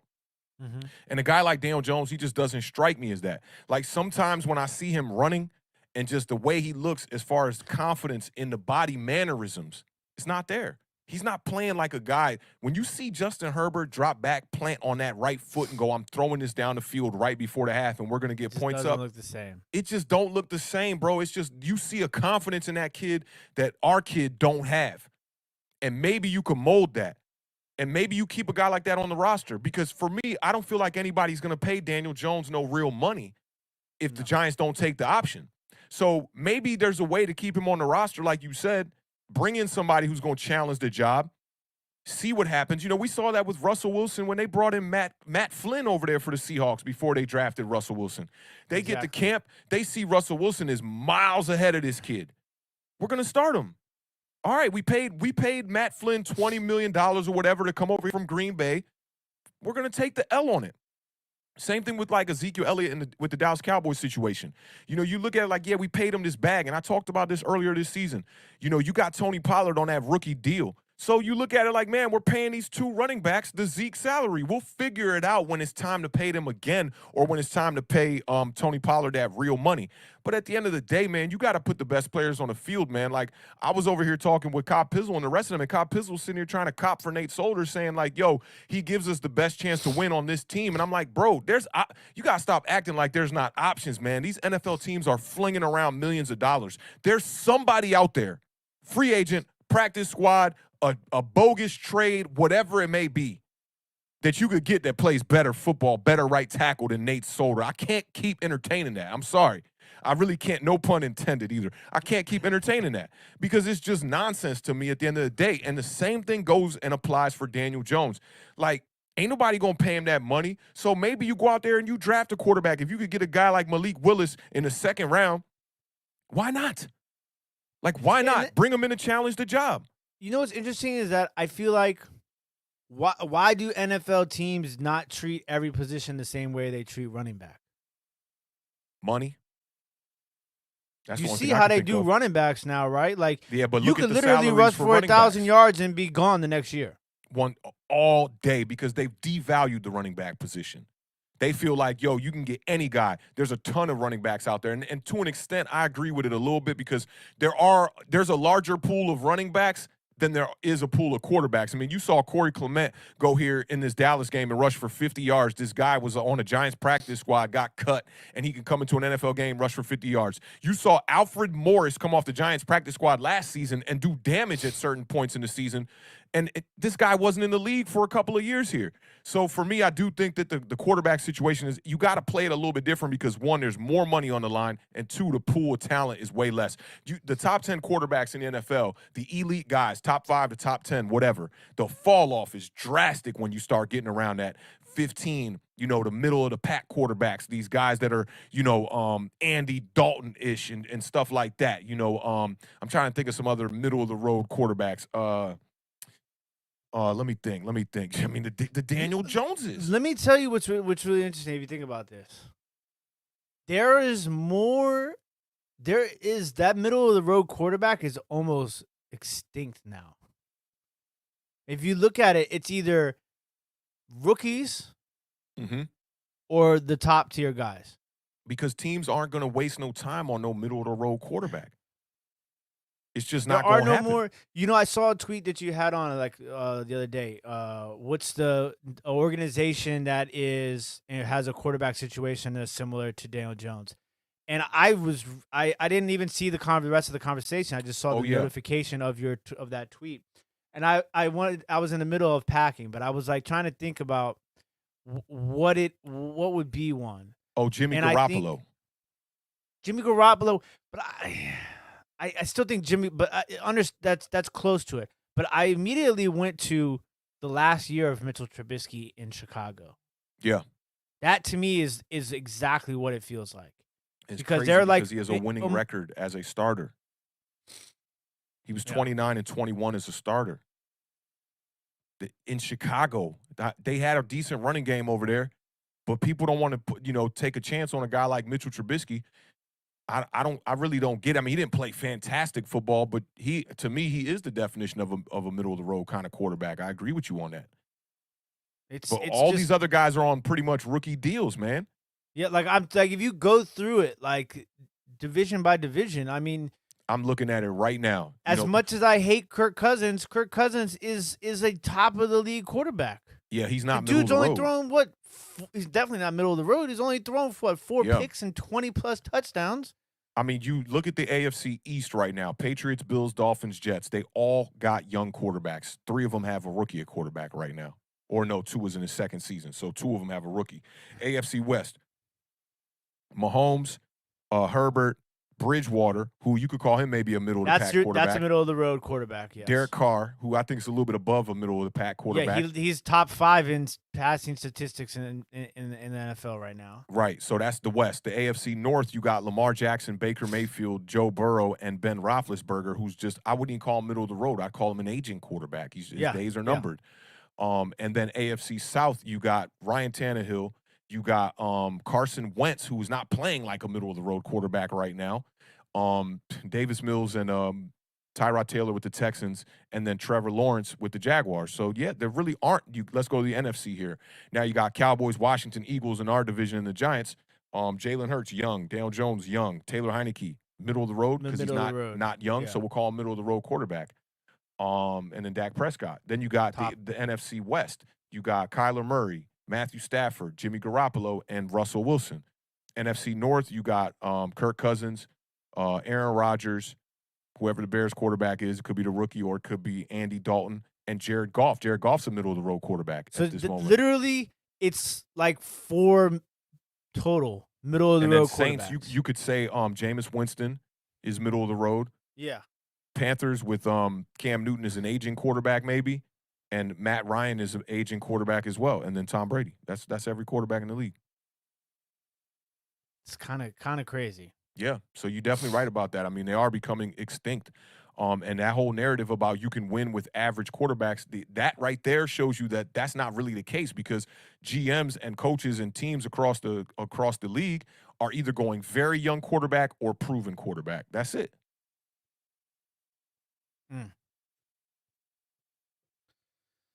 That right there tells you. I mean, it's very true. Yeah. Middle of the road, like, and we talked about this a lot, like just where the money goes. The way that they delegate money in the NFL is ridiculous. It's ridiculous. Left tackles, wide receivers, quarterbacks. They're getting paid big dollars, man. And now you're looking at the Giants, who 50% of the Giants' cap is made up of Leonard Williams, James Bradbury, Adoree Jackson, Kenny Galladay, Blake Martinez, and Sterling Shepard. Come on, man.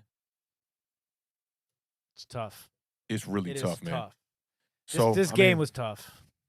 Yeah, and this was the game I was talking about maybe 4 or 5 weeks ago that the Giants were going to have to come out and surprise the Chargers if they wanted any chance, man. And they came out flat in this game. They had the 1 touchdown on the second drive there, and then it just, everything flattened out. I don't know. I don't know if it's the roster. I'm leaning more towards this being a coaching thing and an organizational thing. That's what I'm leaning towards, too. I think the word flat and then that 4 drives of 7 in the first half being less than 10-yard drives, and just the 3rd and 2s, 3rd and 3s, and just I don't know, man. It's just I feel like the coaching staff doesn't use what they have the right way, and I feel like the players, it's starting to rub off on the players. The players don't look energized. Like there's just no. Yeah, Saquon was looking lethargic in the post-game conference. And, when they ran that double reverse pitch back flea flicker, tried to go back to the screen, I thought that was an interesting play that says a lot about this fan base because I think it was 2 weeks ago we ran that exact style of play, right? And we hit like Kyle Rudolph or one of the tight ends on the screen, and we gained like a good 25 yards on it. And everybody's like, see, that's the creative offense we were looking for. And then they run it in this game, and it looks like straight up garbage, and people are like, oh, that's a terrible play call. So it's like, man, you can't be on the internet kind of just listening to fans on the internet because people are just looking for what works at the end of the day, and winning is going to solve all of that. The Giants just got to start winning games, and then people will stop paying attention to this awful offensive line and stop paying attention to how our pass rush is not getting there. Just get a guy out there. We need pass rush. We need some offensive line. But don't listen to the fans and just try to invest every damn draft pick in the offensive line because then you're expecting for rookies to come in here and get it done immediately to save a guy like Daniel Jones, and that's not going to happen. Yeah, you have 2 first-round draft picks, which are both looking like 2 really good draft picks right now. Right. There's no insane reason. Like, I don't even know if I'm saying it right, but you can't go draft two first. You can't draft two linemen your first 2 picks in the first round of draft. And You just that can't. that has been the popular take going around. And the I'm not internet is go out there asking and you draft to two. reach on a quarterback either. Right. Don't think We've that's what I'm already done saying that. by that. We've already done that. Yeah. We've already done I that. mean, because listen, there's a plenty of quarterbacks in this draft that are looking like how that Dwayne Haskins, Daniel Jones draft. You know, I was really panned thinking out. about Dwayne Haskins this week, man, a lot. I was thinking about him because he came in as the better prospect than Daniel Jones, you know. And when I think about the situation in Washington, there wasn't no real weapons around that kid. No. He was a young, immature kid for sure, making a lot of mistakes. But I'm ready to see Dwayne Haskins get a second shot when he's a little bit more mature. Not right now, maybe not next year. But I hope Mike Tomlin can do enough to keep his job, and Dwayne Haskins can do enough to keep his head on a swivel and get his attitude back right to deserve and get another opportunity, because maybe he's all right. And I know a lot of Giants fans also don't want to bring in Louis Riddick simply because of his take on Tripping. Dwayne Haskins, which I Louis think they're Riddick- tripping on that too. Louis Riddick is going to be a great GM in this league. I wholeheartedly believe that. I have always been and always will be a supporter of Louis Riddick. The the other thing that's really crazy is, I mean, get a second and a third for a first, get linemen with those, and then get a quarterback with the first. Also, Mike Tomlin, I mean, like, if anybody considers that guy not keeping his job, would be crazy. The dude has never had a losing season as a head coach in the National Football And what are they? They're sitting at now 6-7 after that loss. I believe it's 6-7-1. 6-7-1. Right? No, Or is it that don't 6, sound 6 right. and 1. That don't sound right. It's 6-6-1 then. I got it right here.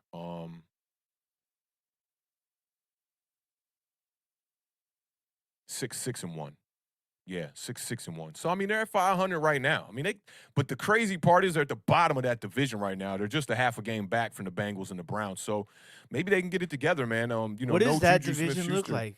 You got the Ravens at 8-5, 7 the Browns and Bengals at 7-6, and then the Steelers at 6-6-1.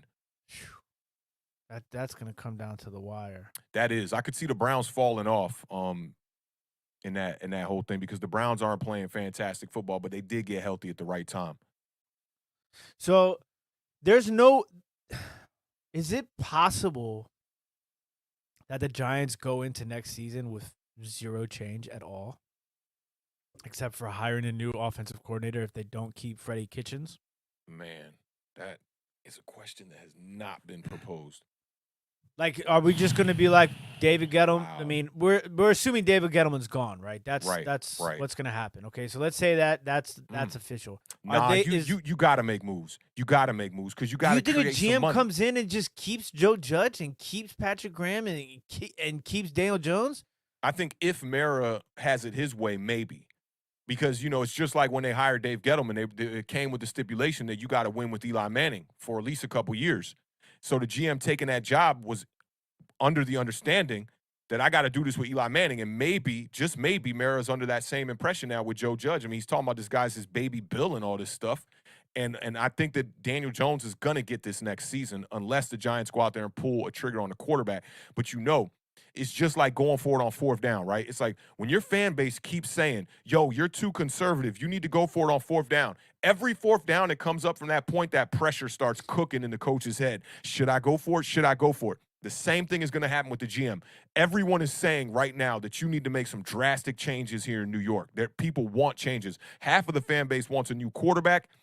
Maybe it's enough pressure, because right now I'm sure the Giants are losing a lot of money with the support from the fan base right now, with all these losses that we just continuously keep taking, and some of the asinine mistakes that the Giants have made in the front office. So maybe that pressure gets them cooking a little bit.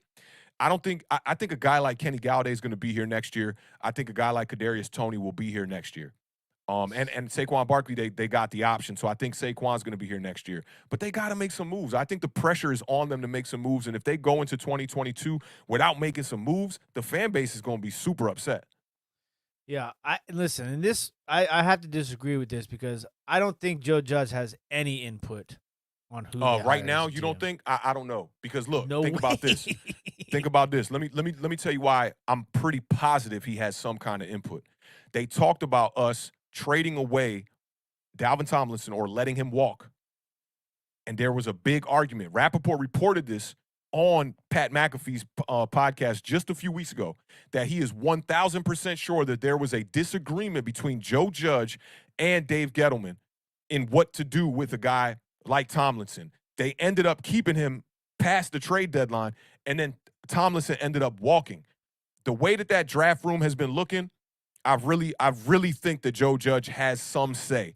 And listen to what he said, what Joe Judge said in his quotes. He said that when he came on to get the job for the New York Giants, that it came with the stipulation that this was going to be a process and that they had to stick with his process and have faith in it. And that's why I think they're bringing him back for the third year. When you see Gettleman go, I think that I'm not saying like Joe Judge has like 100% control, but I do think that his opinion matters in that room when it comes to bringing in people on this roster. So maybe that's what the problem is.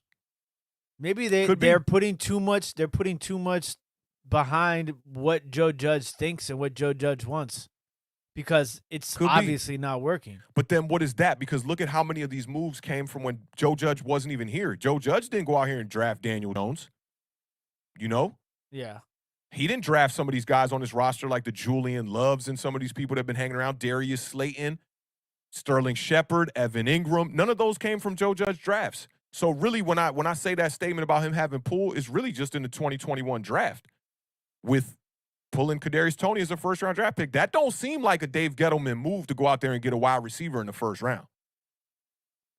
The running back, Saquon Barkley, that's another one that was Dave Gettleman move. It's going to be.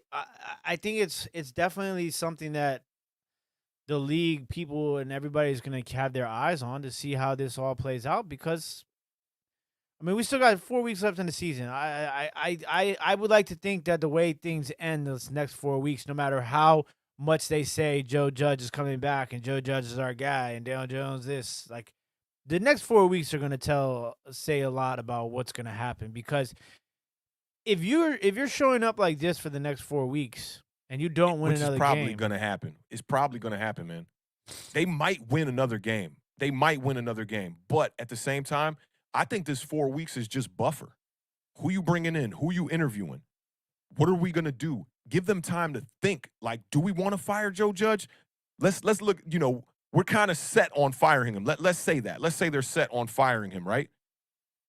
Let's look at these last 4 games and see if he could prove anything that makes us lean one way or the other, which I don't think is going to be anything drastic, but you just never know. Maybe he does something so boneheaded that it's like, man, we got to get him up out of here. Like, I mean, I'll tell you what, like, Urban Meyer, look, I mean, like, that dude, I feel like that dude's trying to get fired. I know, and they still ain't fired him, which is crazy to me. Monique says she wants to see the Giants' schedule here, so let me just pull that up real quick.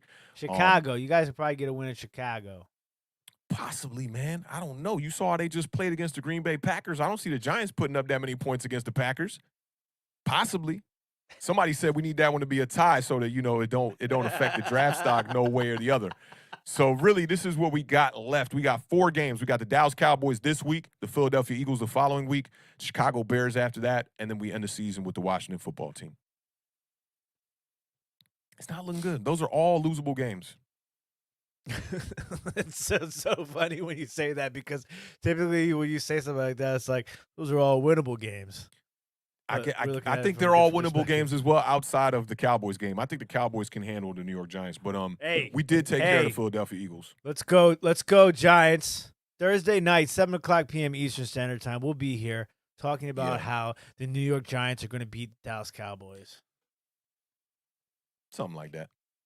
Dora the Explorer going to be on one that night. I don't know, man. I don't know. That's super, super tough, man. But I think we definitely have put the last nail in the coffin for the New York Giants. Hey, it's been that was a good one. That was a good segment breakdown right there. Yeah. Shout out to everybody in the chat. We appreciate y'all hanging with us through that one, man. Me and the Beard didn't get to talk too much about either one of these games previous to going on air, man. We kind of just hopped on and was like, let's go. But the Giants, man, for me, it's like this season is over.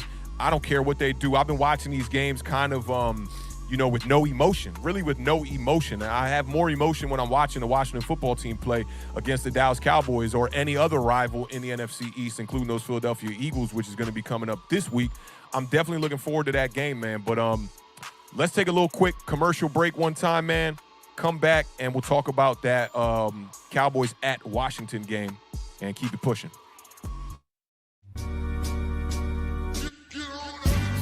Your wide receiver on IR? Aw, shucks. Your running back keep fumbling every week? Man, damn it all. Well, come chop it up with your boys. We are waiver wire tight. Awthentik and the Beard. Every Sunday morning, streaming live at 11 a.m.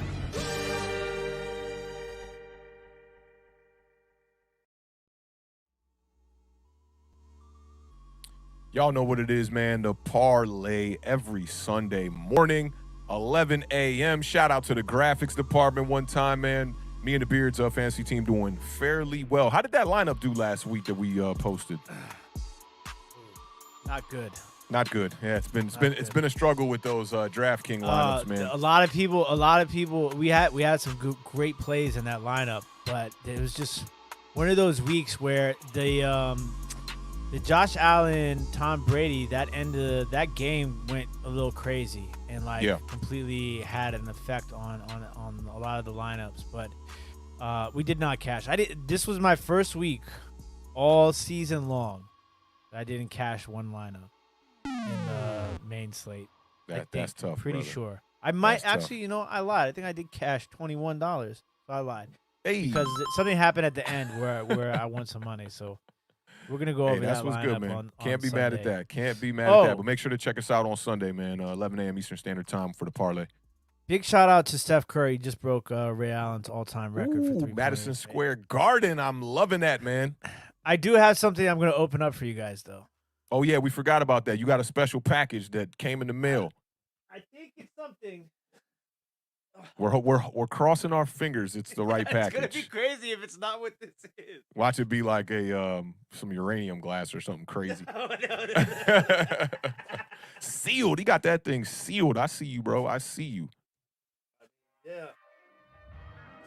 Let's see what we got. Is everybody excited in the chat? I hope y'all are excited in the chat, especially the Giants Nation. All right. Let's see what we got here, guys. Shout out to homie PJ Torres one time in the building, man. Hope your December is going well, brother. Happy holidays, all that good stuff. Dropping in on you fellas, killing it on here. Appreciate that, man. Hope all is well with you, PJ. This looks like an autographed picture. Oh, is it not the right one? No, there's multiple things in here.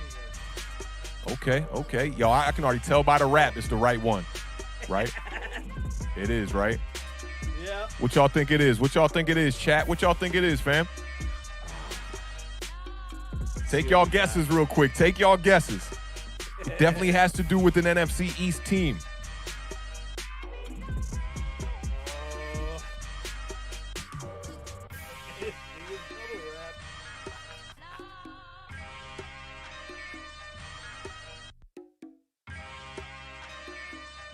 Zachary said, hell meat.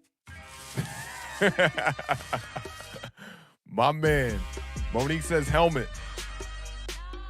Oh, that thing looking crispy. Yo, that thing looking crazy. Man, Bluegrass, we wish that thing said Eli Manning. I'd be right at the Beard's house right now stealing that thing right now. Wow, that thing looking fresh, bro. Yeah, that is looking Daniel fresh. Jones Ooh, that thing looking full-size fresh. helmet. I wonder if alcohol will get the signature off that. No, I'm just playing. I'm just playing. He does have a really nice signature, though. He does, man. He does. Look at that. The D, the J, a little swoop, little 8. Digging that, man. Definitely digging that. Juice Jones said real clean. Michael B, the flame emojis one time. Danielle Jones, damn Danielle. Monique said, oh, she clean. That's the Dominican coming out right there, yo. Nick the Wick, yo. PJ said his girl signed that. Badass. Yeah. That thing looking super, super clean, man. So the reason why the Beard wanted to unbox that on the air was because we're going to be giving away a lot of stuff to end this football season. Something to look forward to for the Washington football team fans and the New York Giants fans. Giants fans definitely not making the playoffs, but we'll see about the Washington football team. And the Beard's going to be launching his over-the-year sports channel coming up here in about a couple of weeks here. So y'all definitely make sure to stay tuned to that. And when we do drop all that information, he's going to be starting a new channel from scratch. So all the subscriptions will be very important for him. So please keep your eyes out for that, man. We're going to definitely need all y'all support. He's going to be auctioning off. But for starters, he's going to be just showing a lot of the memorabilia that he's going to be selling. But eventually there'll be a lot of auctions and a lot of memorabilia for sale and a bunch of other sports goodies, cards, all of that stuff, man. So make sure to stay tuned. That helmet is looking so fresh. It's clean. The blue on that is... The blue thing looking like that 93 Civic from back in the day, boy. Boy. Yeah, so we're excited. Hopefully you guys are excited too. So make sure you guys stick with us through the rest of the year. We are going to be doing some things. There's going to be some extra shows coming up soon. I know something that Anthony, aka Bluegrass Picker, has been asking for a all season long. A couple weeks away, buddy. That's Your what's up, eyes man. and ears peeled to the streets. You know it, man. Y'all stick with us, man. It's gonna be a interesting round out to the season, man. We got a lot of stuff in the bag, literally, man. So y'all definitely stay tuned for that. We got one more game, man. We spent a good hour and a half on that Giants game. That's how you do, man. When you got two games like this, you could definitely do that. I got about a good 5-piece nugget for the Washington football team game. So let's get into that one here one time, man. All right. The Dallas Cowboys literally brought their heated benches to FedEx Field on Sunday for their matchup versus the Washington football team. Rumor has it the Washington football team likes to give cold benches to the away teams, and not a good look when the temperatures decline in the winter here. So the Cowboys defense literally took a seat on Taylor Heineke before he was injured and replaced by Kyle Allen. The Cowboys defense forced 3 fumbles and 1 interception on the day. This intro is very long-winded. I'm going to keep it funky with y'all. Micah Parsons put the league on notice that he is one of the best defensive players on the planet with 3 tackles, 2 sacks, and 1 tackle for loss. Randy Gregory, who we have talked about all season here on Awthentik and the Beard, came back into the lineup with an immediate impact with 1 sack, 1 forced fumble, and an interception. It was 24-0 late in the third quarter before Taylor Heineke avoided the rush from Micah Parsons and hit Cam Sims down the field for a 50-yard touchdown pass.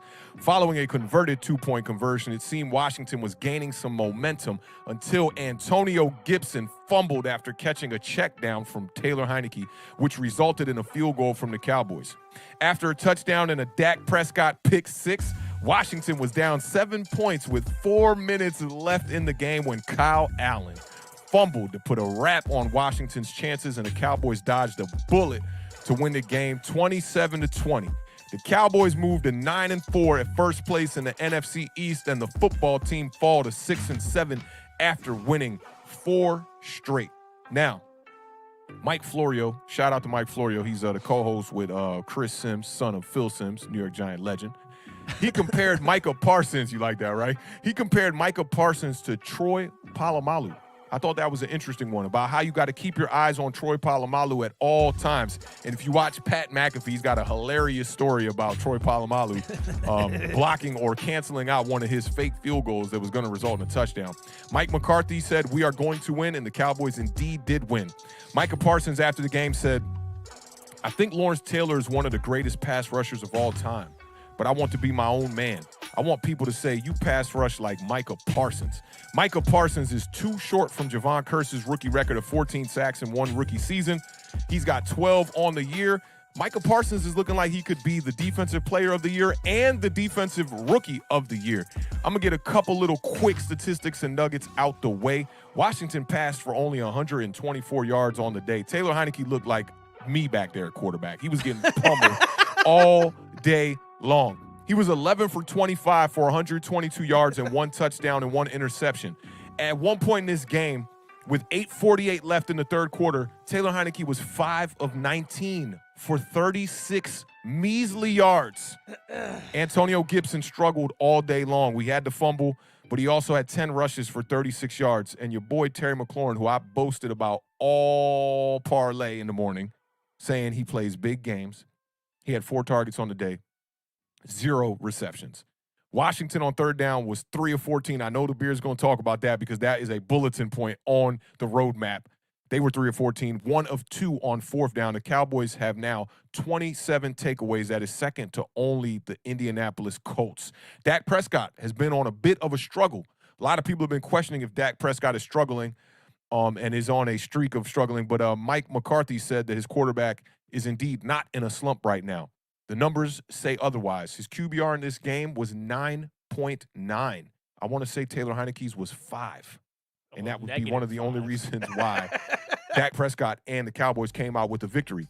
Dak Prescott's QBR in the last 4 games, 9.9, 39.9, 45.1, and 10.7. I noticed one glaring point in this game. And it kind of made me go back and look at the rest of the games that people are saying that Dak Prescott has been struggling in. Dak Prescott, he was sacked 4 times in this game against the Washington football team. He's now been sacked 11 times in his last 4 games. Everybody talking about that offensive line over there in Dallas is one of the best in the league. I don't know if it's injuries. I don't know what it is, but there's definitely something to see here. Dak Prescott has definitely been under pressure for these last 4 games, and the running game has not been clicking. Zeke Elliott, 12 carries for 45 yards on the day. 1 reception for 15 yards. I talked about Corey Clement coming off the Giants practice squad, or actually being cut from the New York Giants. He had 13 carries, and he was the leading carrier for the Dallas Cowboys. He had 44 yards. As a team, the Cowboys rushed for 122 yards. I don't know what the roadmap said on Thursday, but I'm looking forward to hearing what the Beard has to say about that. Shout out to CeeDee Lamb, who had 7 receptions for 61 yards on a long of 18 yards. Michael Gallup continues to show that he is a receiver to be reckoned with in this league.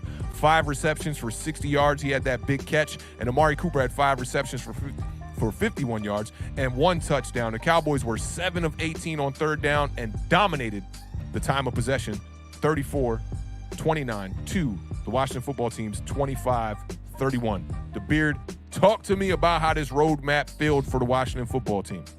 Okay, so we'll go to the roadmap first. Okay, the roadmap read as followed. All right. We had to run the ball 35. Do you have the sound effects ready for this? Yes, I got the sound effects ready. Shout out to the sound department. Shout out to the sound department. Before you get into the roadmap. Oh, big shout out to Anthony the Bluegrass Picker for the $5 super chat. Says awesome. Fire emoji. Bicep. Microphone. Let's go. I can't wait for the new channel, Tim. Appreciate that, brother. That's what's up, man. We appreciate you, Anthony. Always support what we got going on here at Awthentik and the Beard. All right, I got the sound effects. The sound department has the sound effects ready. And they're ready to see this roadmap. I need some like phew sounds of cars and stuff like that for this roadmap. But let's hear what you got. Okay.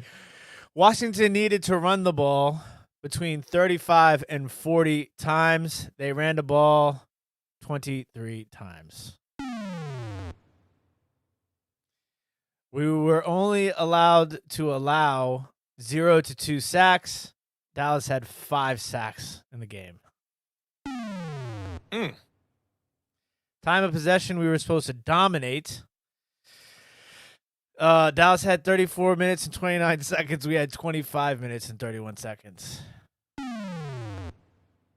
I like how you stare at the camera. CeeDee Lamb had to be under 7 catches and 70 yards. He had 7 catches for 61 yards. Spike don't care. Oh, my God. We were supposed to dominate, third down defensively. I think 7 of 18 is a pretty bad third down conversion percentage, so we're going to give a thumbs up on that one, right? Spike don't care. There must be an error on the sound department board. Washington needed to score 21 points. Y'all missed the extra point got blocked. No. Dak Prescott under 300 yards. There we go. And hold Dallas as a team to under 80 yards rushing. They ran the ball for 122 yards. Man. So, yeah, it all started with, first of all, before we're going to go backwards, okay? The Kyle Allen play was not a fumble. No, what you think? His knee was down? Okay, take a pick. To me, it looked like the arm went forward. The ball. I think the ball is out before. I mean, he's like this, and the ball with.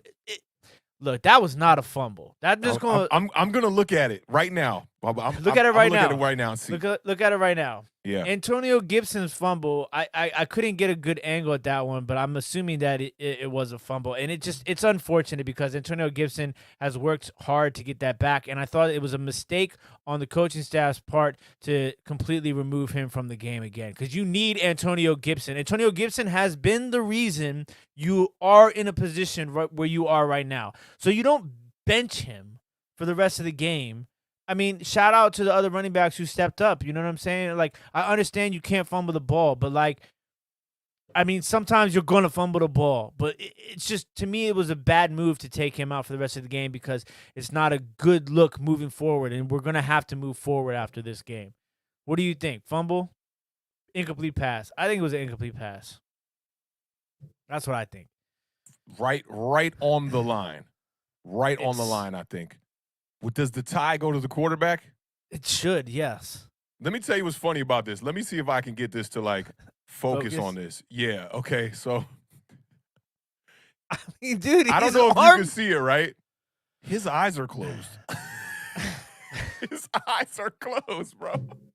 He closed his eyes, bro. He's like, don't kill me. I don't know, man. I'm going to look at it one more time, make a decision as if I'm the ref. Let's see. And Awthentik is under the tent. We are looking at the replay. Well, Troy, I don't know. His knee could be down. His arm could be moving forward. I'm going to say the ruling on the field stands. As an incomplete pass? Fumble. He's like going back like this, and right when he's about to let it go forward, the ball kind of tips out of his hand. It's a tough call, but in all honesty, like, in that situation, whether his knee was down or incomplete pass, I didn't see the fumble. So I mean, shout out to Crackpot Sports for the replay. Yeah, shout out to Crackpot Sports. All right, so the first thing was when we talked about this game, what was one of the things that we mentioned that Washington needed to do early? Oh, like they did in the Tampa Bay game. Just like Tampa Bay. Had to force some turnovers or some stops. They had to get out to an early lead. They got the interception from Dak. Landon Collins. Yep. Shout out Landon Collins. Got the interception.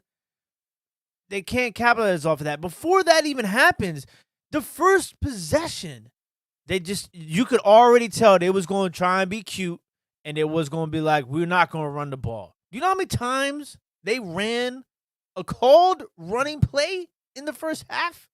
I'm going to go 9. 5. Terrible. And like, you know, some people say, oh, well, when you go down 2 touchdowns, you can't run the ball. Listen, if you're down 2 touchdowns in the first half, you can still run the football. Let's just, like, I'm so sick and tired of hearing that narrative of you can't run the ball anymore. Listen, this is what got, and what I say before this game, I said, I'm worried that they're going to get away from the game plan, that they're going to get scared, and they're going to let Dallas dictate the pace of the game, which is what they did. Dallas, listen, and I don't want to take anything away from Dallas's defense because Dallas's defense played lights out, and we talked about how, you know, them being full strength defensively is one of the scariest things out there because Gregory, and we say his name every single week.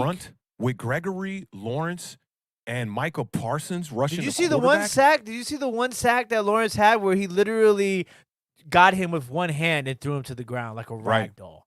Yep. I mean, and Parsons had one like that too. The last one on Kyle Allen where he just like got through and just like ripped him to the ground. And then the sack on Taylor Heineke. Oh my, yo, dog. That's the kind of hit that you really do not want to take in the NFL. Blindside like that. And not only did he get hit blindside in the back, all the weight fell on Taylor Heineke. And I think that's the play that really banged him up. I think it was a knee injury they're saying that Taylor Heineke had. Yeah. But that hit, just ferocious, man. And playing quarterback behind a line that's not, impeccable offensive line, and you going against that D-line. Man, that means you got to be quick with it, and we all know Taylor Heineke is not the quickest when it comes to getting rid of the ball. So you had to have a better game plan for that. But this is I totally agree with you, Mark. The call on the field was a fumble.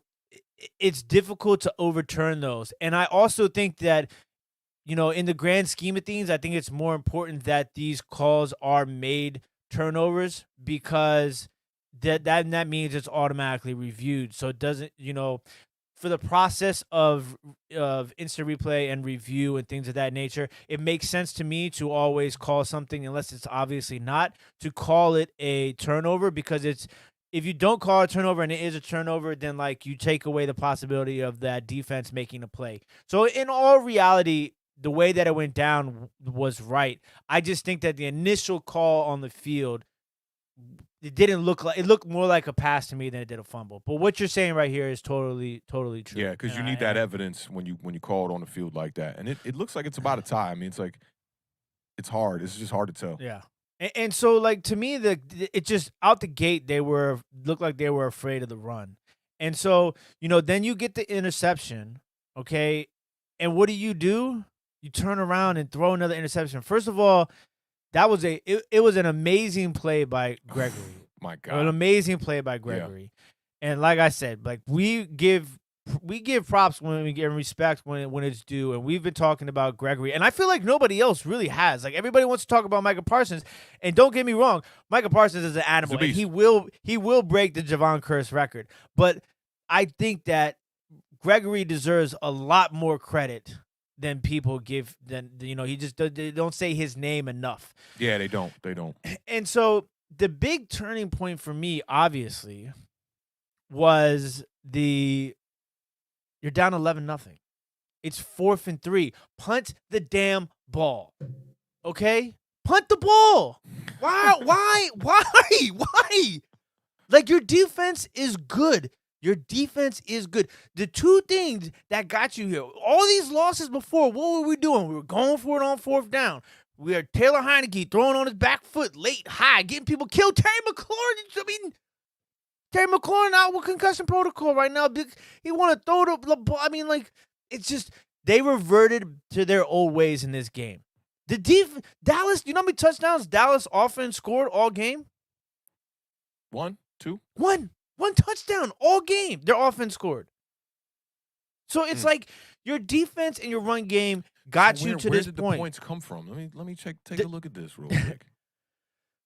They got the 2-point conversion. 2-point conversion on the one touchdown, and the interception return for a touchdown, and then field goals. Wow. Yeah, and just a lone touchdown to Amari Cooper. Oh. It's like your defense is guiding you to this point. Your running game's guiding you to this point. There's no need for you to go for it on 4th down, and so then you fumble. They scored a touchdown on that 4th down play. So you go from being down 11-0 to possibly pinning them within their own 20 to being down, 17, 18-0. Just like that. 18-0 at the end of the first quarter, and then by the half, you're down 24-0. It doesn't make sense to go for it right there in that situation. It killed me. And then on the interception that Taylor Heineke threw, like I said, it was a great play by Gregory, but that was an absolutely horrendous decision on Taylor Heineke's part. I'm not mad at those kind, because in the NFL you see it a lot.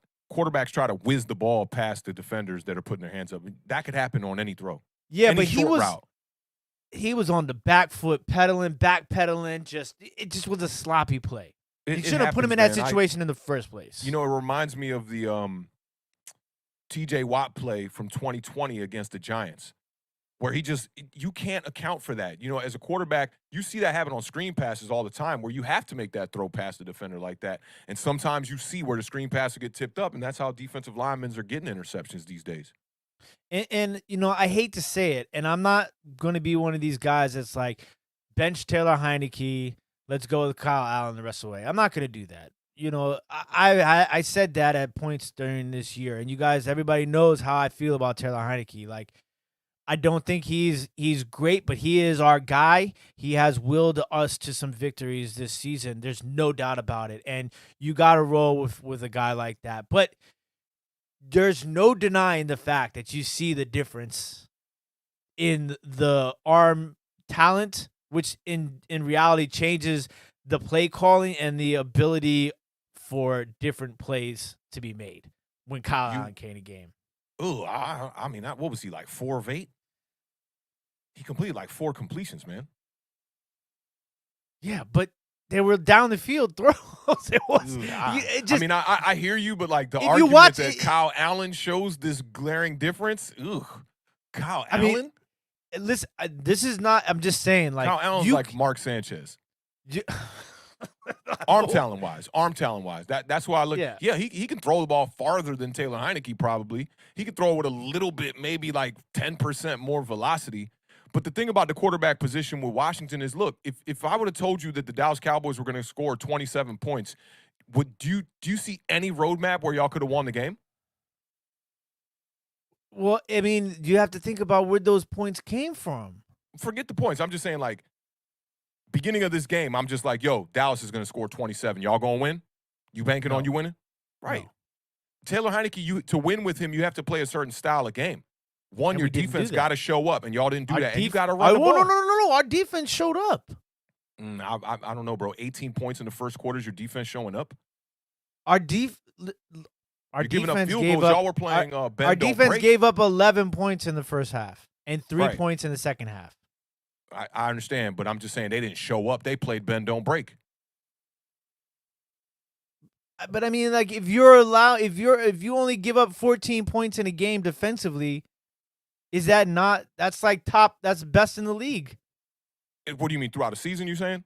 No, like in a game. Like if you on a game, our defense gave up 14 points in this game.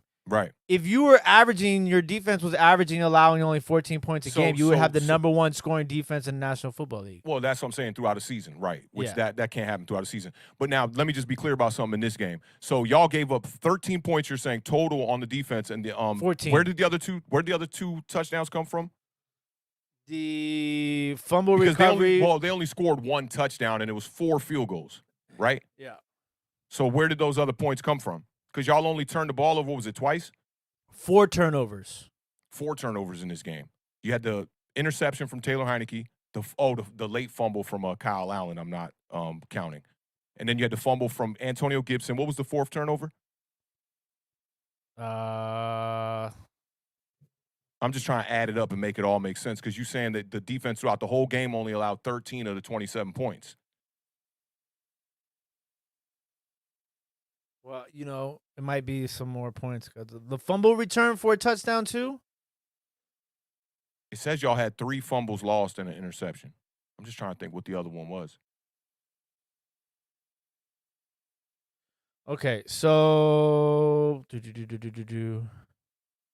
they had a fumble return for a touchdown and an interception. Oh, no, they had a fumble return for a touchdown.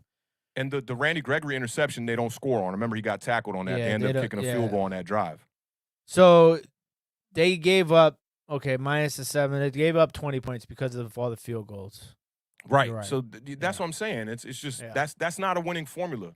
That's why I said that they had to score at least 21 points. Right. Because it just you shows can't put that on the defense. defense. They played an the defense played great. The defense played great considering, because you got to think about like this: the field position that they were in. You know what I'm saying? To me, going against the Dallas's offense, to hold that offense to 20 points, to me, it is a win, especially considering that you are down all the players that you're down. You know what I'm saying? But And you know my philosophy on when you blowing a team out, what happens to your offense and to your defense. Mhm. Your offense takes their foot off the gas. Yeah. Y'all down so big at the half. To me, that's not a great to go in at the half no matter what happened. I know your offense had turnovers and all that, and one of them was a return for a touchdown. But to go into the half down by 24-0, to me that doesn't scream your defense is doing good. I'm not saying that they weren't at the liberty of the offense as well, because the offense not sustaining drives obviously hurts your defense. But to me, this is not a great game from the defense. You allowed 4 field goals. It was a bend don't break game from the defense for me. Which you can win games like that sometimes, but your offense got to score some points. And 27 is just a little bit too much.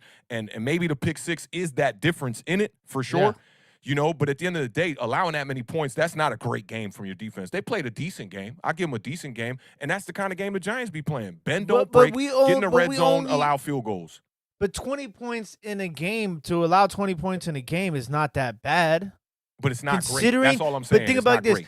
Okay, but if your offense turns the ball over 4 times and you only allow 20 points and your offense turns the ball over 4 times, that's considering what the offense did, it's not bad. I'm just saying that, you kind of reacted to my reaction about it not being a great game by the defense, and that's all I'm saying. It wasn't a great game. I'm not saying they played like absolute garbage or nothing like that, but to allow a team to go down there and get 4 field goals and a touchdown, that's not a great game to me at all. The Giants just beat the Carolina Panthers 25-3. Are we going to say that the Carolina Panthers defense played a great game? Of course not. Daniel Jones only threw for 1 touchdown in that game. Okay, but I mean, I guess we're with the Dallas's offense though. It's a little bit different. Yeah, I mean, I feel you, DC. I feel you too, bro. Like I'm just seeing it for what it was. I watched the game and I didn't go, whoa. Big defensive game by Washington. The interception was kind of fluke that Landon Collins got. It was just a little bit overthrown from Dak Prescott. He's right in position to make it. It's not like he's making a Trayvon Diggs stretch out interception. It's like kind of like, okay, it's the ball. It's a bad play by Dak Prescott. I didn't say it. I said kind of fluke. The ball landed. There was other throws in that game that I thought were worse throws, especially from Taylor Heineke when he was throwing into double Anthony coverage. Brown dropped. Dog, there was 2 times there. One of them, Micah Parsons had a chance to get an interception off the tip, and then there was another one that he threw across the middle on a 3rd down where I was like, okay, that should be intercepted. The one with Landon Collins is kind of like, it was kind of like. It's not like you made a fantastic play. You was in the right place at the right time. I just think that this was just an okay game from the Washington defense. Nothing about this said, man, y'all did everything y'all could and the offense left y'all hanging. It didn't say that to me. Well, that's what it said to me. There is no doubt in my mind that if you had to put blame on somebody for losing this game. Oh, yeah, you do. It's the offense and the coaching staff. Scott Turner deserves to get – this is one of those games where you're like, he's got to go. Like, and obviously it's an instant overreaction when I feel you. But and that's why I brought up the Cowboys being up by so much, because when you up by that much, you're not trying to apply pressure. And honestly, it surprised me when y'all got the pick 6 late in the game, because I'm like, why are they passing the ball up by 2 scores? They just got pressed for a third down. That's that Mike McCarthy thing that people talk about all the time. Yeah, it's like Mike McCarthy does a lot of these funny stuff. You know what I'm saying? He's trying to convert, and I think the new age NFL type vibes. You see that. I always look back at the game from Kevin Stefanski and the Browns in the playoffs against Pittsburgh. Like, you up by 36 points. And here y'all are passing the ball more than you're running the ball. Thank God the passing game was working for them. Same thing kind of happens in this game, where Dak Prescott and them, they on 3rd downs, they're like, let's not run the ball because the running game really wasn't like working to its, 100% capacity. So they're like, let's throw it on 3rd. And then you end up getting a pick 6, allowing Washington to get right back in the game. So there were blunders from both offenses. But when you up by that much, you really this is like the Atlanta Falcons in the Super Bowl, bro, against the Patriots. It's like you're just trying not to lose the game. So it's like you're not taking big risks on offense. This wasn't a game where your defense had to step up and stop Dak Prescott from throwing the ball in the second half. Yeah, the offense played awful. I mean, I talked about that statistic from Taylor Heineke, bro. In the 3rd quarter with 8 minutes, 48 seconds left, the dude had 36 passing yards on 19 attempts. I think, the Cowboys, I do have to give them, the coaching staff, some credit because they exposed every single weakness of the Washington football team. And it's and so took easy advantage to of do it. that. We talked about this when we were doing our preview on Thursday, and I was telling you, like, to stop Taylor Heineke in this offense is simple. Stop Antonio Gibson. That's it. And the thing that's crazy is it's like, to me, they lost the game, and we keep going back to it, but they lost the game on the first drive, just not running the ball, and then you get the opportunity with an interception, and what do you do with it? You don't run the ball. You throw the ball, and what happens? You get another interception. So then that you just lost that opportunity to change the entire momentum of the game. And so now at that point, now you're like, okay, I have another opportunity. I'm going to try and grab a momentum swinging opportunity by going for it on fourth down. When our defense is playing better than our offense, but hey, let's go for it on fourth down. And they go for it on fourth down, and this is what happens with Washington, man. When y'all running game doesn't click, this is what happens with y'all. Y'all panic, and you have to go to the pass. And look at the run. There's nothing about the statistics of the rush that lean towards, we should keep running the ball. Gibson was struggling all day long, and then the big fumble, the fumble was in the third quarter, I believe. You really got to get away from the run when that happens with him, because it's not like it happened early in the game like it did against, I want to say that was against the Seahawks with y'all, where he fumbled in the first quarter and got benched, and then y'all brought him back in, and he had a good game. Carolina. Maybe, was that as far back as Carolina? It doesn't feel that far back, but whatever game that was, you can bring him back in and hope for a second shot at him to get it going, because he ended up with like 90 yards, almost 100 yards in that game where he fumbled and they brought him back in. In this game, bro, he's struggling mightily in the whole game. 10 for 36 yards. I don't know if you can continue to keep hammering that running game. Y'all rush for 100 yards on the day. Yeah, but that's my point though, is that like they only ran the ball 5 times in the first half. 5 running plays in the first half. I get it. And they probably went, Antonio Gibson probably gets 5 in the second half. But y'all are getting your tails kicked by the time you get to halftime. And when we talked about it on Thursday, remember we had this little joke we were doing. I was like, 14 points, you gonna stop running the ball? You was like, nah. I said, 17 points, you gonna stop running the ball? You was like, nah. I was like, what about like 20 points? You gonna stop running the ball? You kind of tried to joke about it. It was like, nah. And I was like, bro, at 20, you got to stop running the ball. I'm not saying completely dead it, but you're gonna be leaning more towards the passing game. It's not like Taylor Heineke threw it a lot either. It looks like y'all just didn't have opportunities, which goes back to the third down statistic. Y'all struggled on third down. So what does the coach do when you're struggling on third down? He can't say, I'm going to the run. Taylor Heineke was 5 of 19. The reason why you're struggling on third down is because you're not running the ball on particularly well on first and second down, because you're passing the ball. So what happens is when you get 2 incompletions on first down and second down, now you're at 3rd and 10. I mean, that's statistically is super difficult to convert on 3rd and 10s in the NFL, especially for an offensive deficiency team like the Washington football team. Yeah. Struggling, and didn't have a lot of plays in this game. Dallas Cowboys almost had 80 plays in this game. Y'all had 62 plays. 14 first downs to the Cowboys, 19 first downs. And the Cowboys didn't particularly play well on offense either. You know, it wasn't a lights-out game from the Cowboys on offense either. But the third down discrepancies between these two teams kind of tell the tale of this game. 7 of 18 is going to get it done over 3 of 14. And add the fourth downs in there, you're looking at 4 for 16. It's bad. 7 punts, and then the turnovers. You guys were lucky to be, when we first hopped on backstage and you were like, man, we should have won that game. I was like, bro, what? Because it's like, y'all were lucky to be in that game at the end. Mike McCarthy, being Mr., go for it all third down, wants to have Dak Prescott throwing the ball. And honestly, at the quarterback position, you got to know that in that position, you can't throw an interception on an out route. That's going to lead to a pick 6 in your own territory. Easy. The out route or the comeback route, those are the easiest ones to snag that pick 6 and jump the route.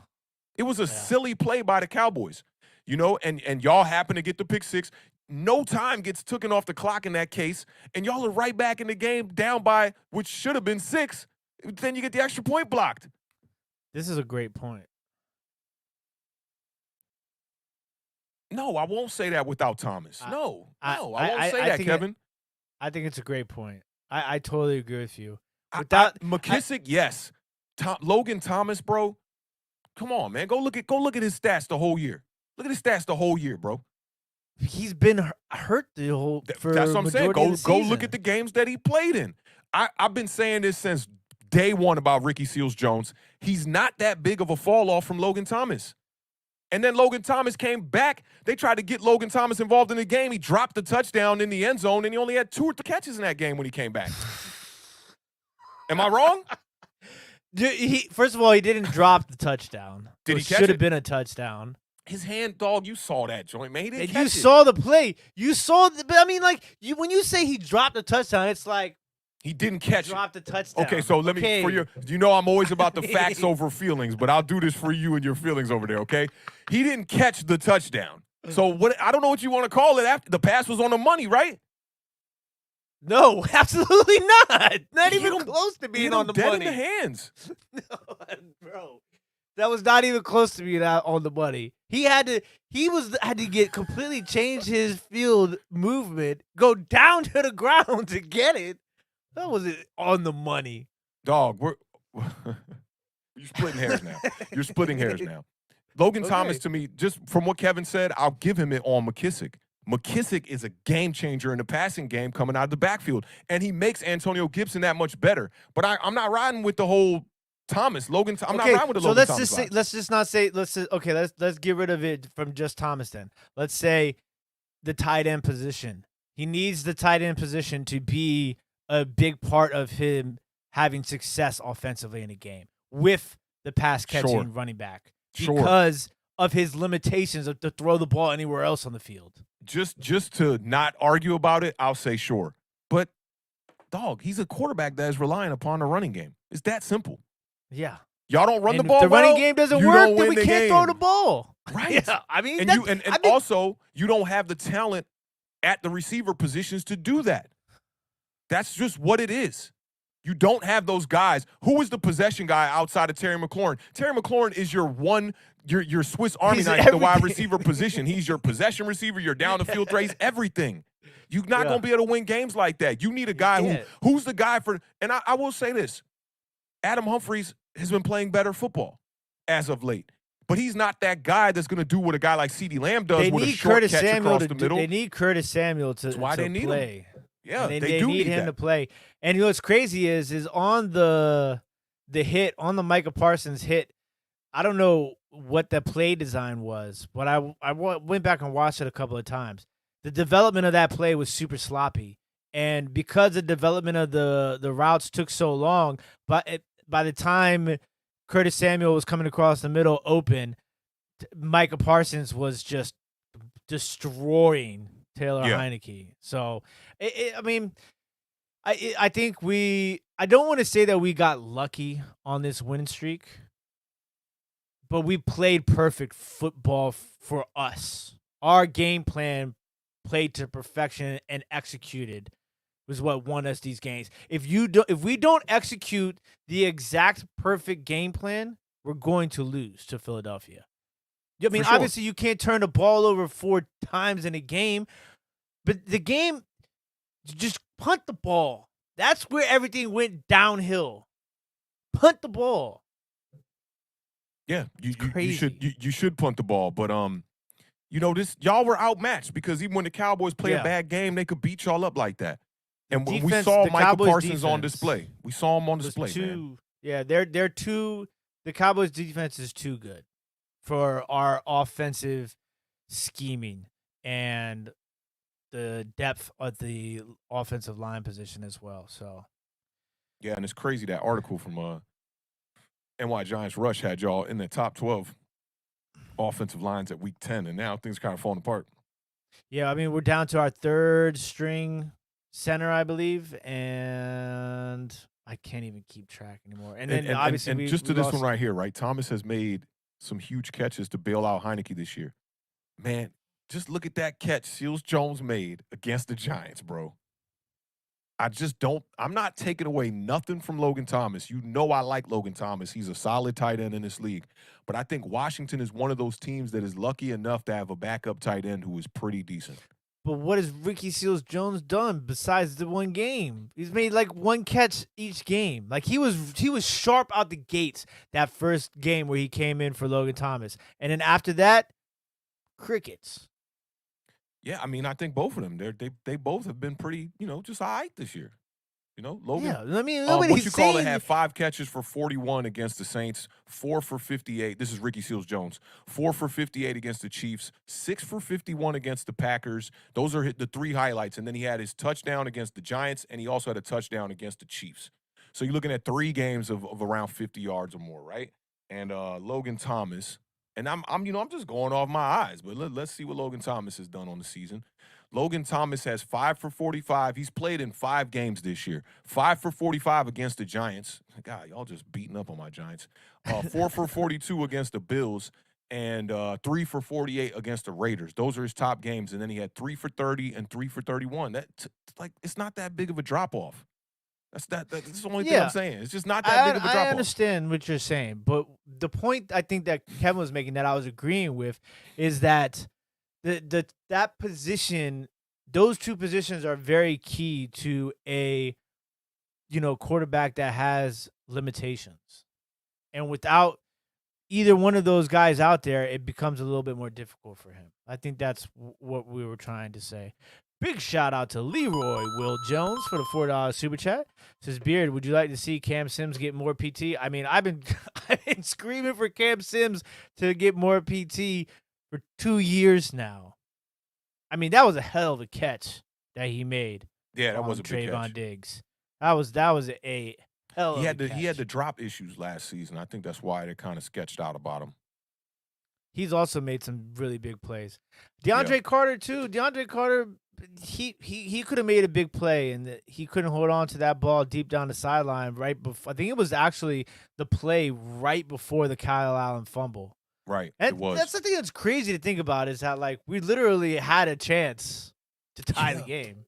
Yeah. After everything. It was kind of ridiculous. 4 minutes left to be down by 7 points. After everything that happened in that first quarter, you were down 24-0 at the half. Dallas Cowboys got a lot to look back at the drawing board when they go in game plan for the New York Giants here, man. So because you let don't me wanna ask you fall in this. no trap. What do you think this says more about the outcome of this game from beginning to end? The Cowboys or the Washington football team? I would take the push. I think it says a lot about both teams. I've been talking about the Cowboys, battling through adversity and winning games when everything ain't right. And that's what they're doing. Dak Prescott is definitely on a bit of a slump right now. And they're You think still that's managing. injury related? A little bit, maybe a little bit. But I think it more has to do with the offensive line, man. 11 sacks in 4 weeks is not a good look. And, your calf ain't got nothing to do with really how you throw the ball totally. I mean, I know you got to plant and throw, but Dak Prescott, I just think the pressure's kind of getting to him. You see him, he does not have as much time in the pocket as he normally does, and he's the kind of quarterback that he's not going to go back there and pull a Daniel Jones or nothing like that. But when you get pressure on Dak Prescott, he is a different quarterback. I told everybody that those wins were ugly, Monique. Don't worry. I'll let everybody know. The 4-game winning streak.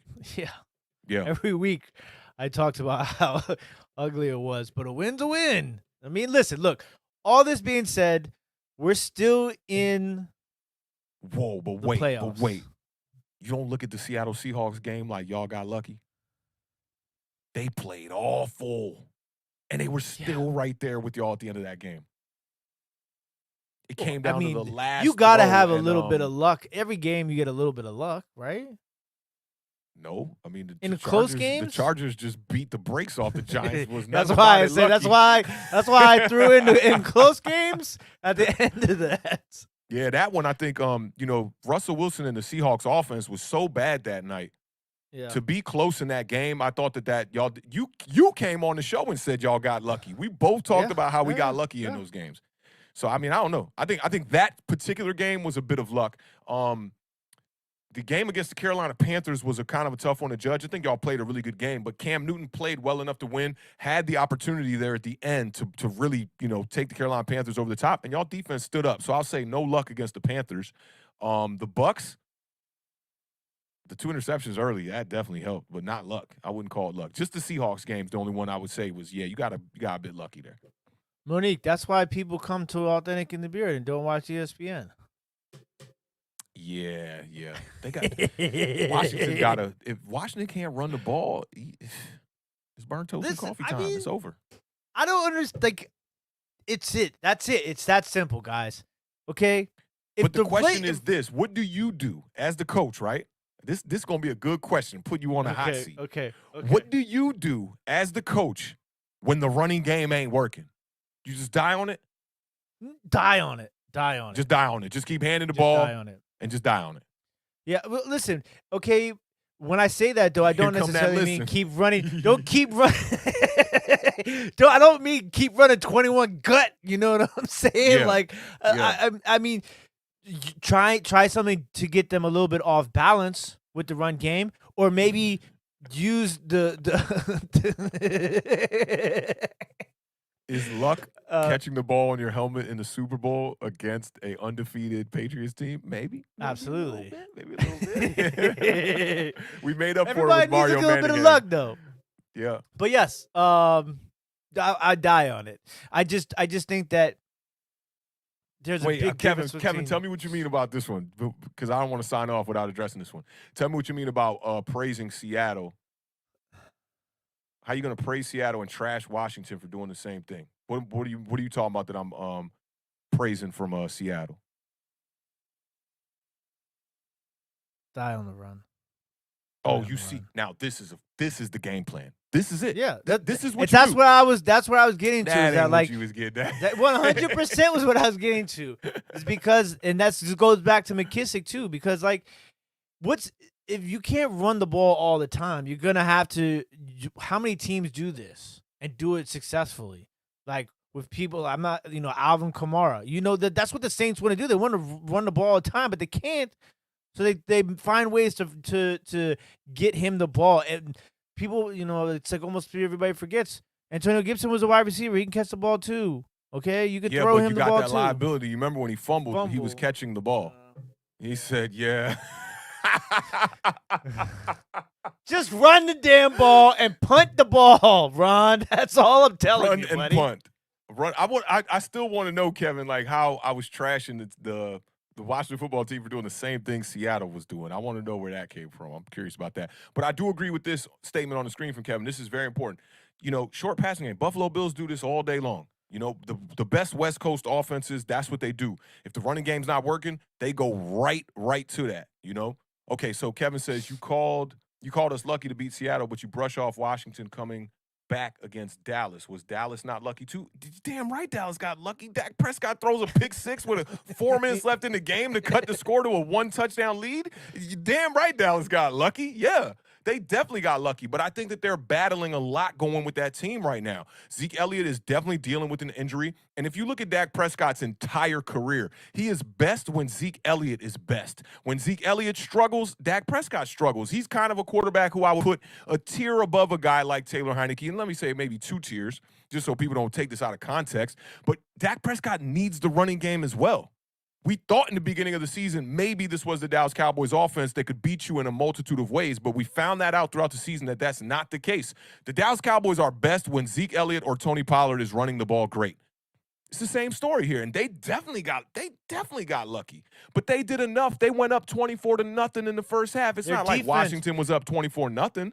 The defense for Dallas won them the game, and the offense for Washington lost them the game. That's the bottom line. Yeah, that's it. Dallas Cowboys did just enough. If you take away that turnover at the end, I'd be looking at it a little bit different. But they did just enough. But damn right they got lucky. You damn right they got lucky, man. You throw a pick six like that with 4 minutes. I felt like the clock was on standstill for like a whole quarter. I'm like, how the hell is Washington getting the ball back here with 4 minutes left? Monique, your defense played really good in that game, and they have some excellent players. But I don't know if we're going to sit here and say Dallas' only defense reason is why supreme. I'm saying literally the only reason why I'm saying Dallas got lucky is because Dak Prescott threw that interception. I'm not saying it's nothing like the Seattle and Washington game. So let me just cancel all of that, right? It's nothing like it. They were up 24-0 at the half. They're literally coasting to victory pretty much, trying to drain the clock.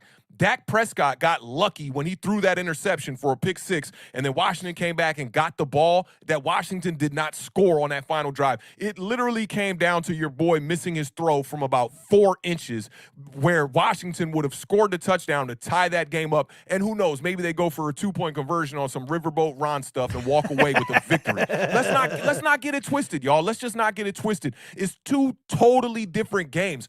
The Seattle Seahawks, they literally shot themselves on offense throughout the whole entire game, and Washington offensively did not do much. They literally squeaked out of that game with the victory 17-15 on a last play 2-point conversion interception from the Washington football team. Dallas, the only thing they got lucky on in this game was that Dak Prescott and Mike McCarthy had a mental blunder in the middle of that fourth quarter, and they throw that interception. And that's it. That's the only part they got lucky, and they went up 24-0. How are we going to call it completely luck? I'm not saying that. Come on now. Yeah, and I just want to reiterate the fact that Dallas's defense is not supreme. They are a great defense, but in this league right now, what do you call we don't supreme? know yet because this is their first game, I believe, where everybody has been at full strength. So what do you maybe call supreme? Top 10, top 5? Yeah, top 3, top 5 are supreme. Top 3, defenses. top 5. I'll give you that then. Yeah, I'll give you that. that's They're a supreme really, really defenses. good defense, and we talked about that front. And they could be. Their 2 corners are solid. But I mean, like they give up way too many points to be supreme. Yeah, but they're second in takeaways in the NFL. Yeah, I feel you, but takeaways don't listen. Takeaways is why y'all didn't win this game. Yeah, but the 4, I don't call those takeaways. Those are giveaways. But those are giveaways. I like that. Yeah. I like that. I mean, But- it's but the you- season, right? But like if your defense is giving up points, right, and they turn the ball over, like if you played a game like this against Tom Brady, Dallas loses that game. It depends if it was the Tom Brady that came out against the Washington football team after the bye. I don't know. I don't know. We didn't say y'all got lucky in that one. We're playing hypothetical today. And we talking about takeaways. That was the reason why Washington football team was in that game. Giveaways, those were giveaways. Mike Evans, I think, had that one hit him right in the hands, popped up. Washington snags it. Oh, no, that was against us. I'm lying. That was a week or 2 after against us. But yeah, man, I mean, I think that Dallas Cowboys did what they had to do to win this game. I won't say they got lucky in the game. They got lucky down the stretch. The key word there, Monique, is How many? lost. Well, that offensively, that was a very, very impressive performance by the Dallas Cowboys. And remember, they neglected to run that whole Thursday night opener and went straight to the pass pretty much the whole game. I wonder how many takeaways they had. Were there any turnovers, any big turnovers in that game? I think Dallas turned the ball over more than Tampa did in that game. That was the first game of the season, wasn't it? Yeah, Thursday night opener. Yeah, your guys' defense only gave up 14 points. Our defense only gave up 20 points. 1 touchdown. Yeah, so Monique is right though, because they had the Bucs had lost 2 fumbles and Tom Brady threw 2 interceptions. You really should have won. I mean, the Bucs put up 31 points after turning the ball over 4 times, and the Cowboys dominated time of possession by 10 minutes. But look how many points Dallas scored in that game. Yeah, 29, and they it was a pretty even game. They were averaging around 8 points a quarter, 7 in the first, 9, and then 10 in the third. That's an interesting game. You know, Monique, I'm gonna go ahead and give you the benefit of the doubt here. I think if y'all replay the Bucs, y'all got a good shot at beating them. Nope, not a chance. Not right now. Not the way Tom Brady's dealing right now, and the way that Dallas's offense is performing lately. Dallas's defense it's crazy because if you really think about it, if you watch last Thursday, you were like, your roadmap has a lot to do with how to stop them defensively. But what about your offense and their defense? And it turned out like, I mean, most of the things on the roadmap that we had to do defensively, we did. Like, I'm glad because you remembered that. I'm glad you remembered yeah, that. I listen. I remember. I like to remember when I'm wrong. It's a sign of good strong character. The only thing that Dallas did offensively that we needed them not to do was run the ball more than 80 yards. But we held Dak under 300 yards passing. CeeDee Lamb only had 7 catches for 61 yards. I said under 7 and 70. So he was basically right on that line.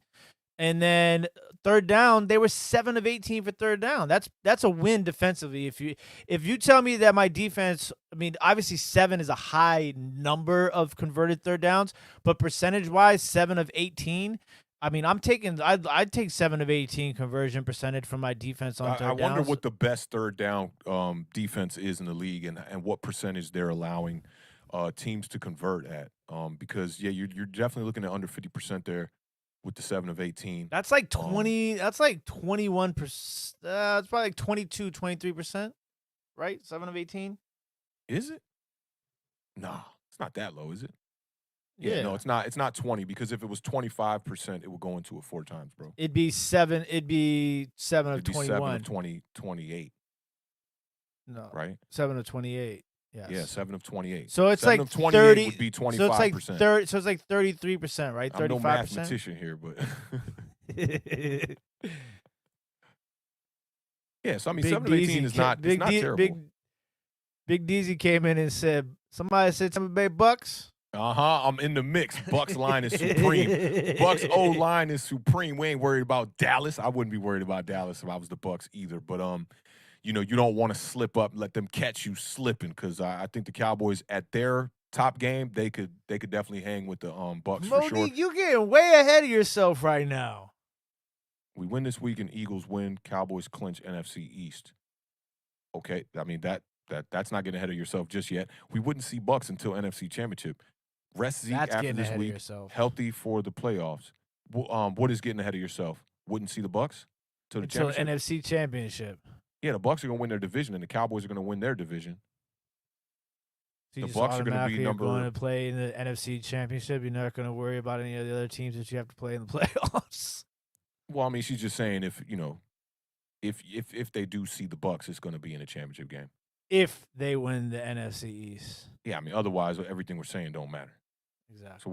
So she's only talking about the matchup in case it were to happen, and that's probably where it would happen. The Bucks look like they're going to be what, seed 2 right now, or are the Rams or the Cardinals challenging for that as well? They're all 10-3.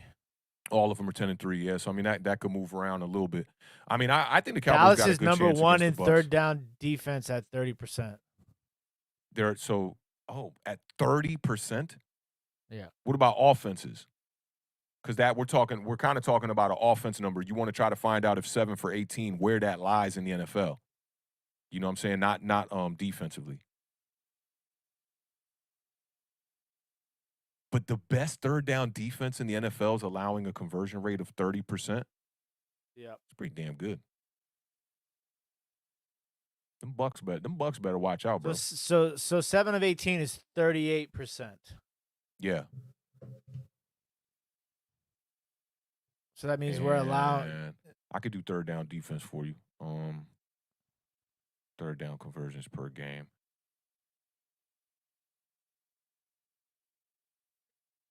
Oh, it's not a conversion rate. It's per game. Oh, that's actually, yeah. Oh, yeah. Okay, so is that right? No, that can't be right. I'm trying to get to this fast. So this would be total defense, third down conversion percentage. Here we go.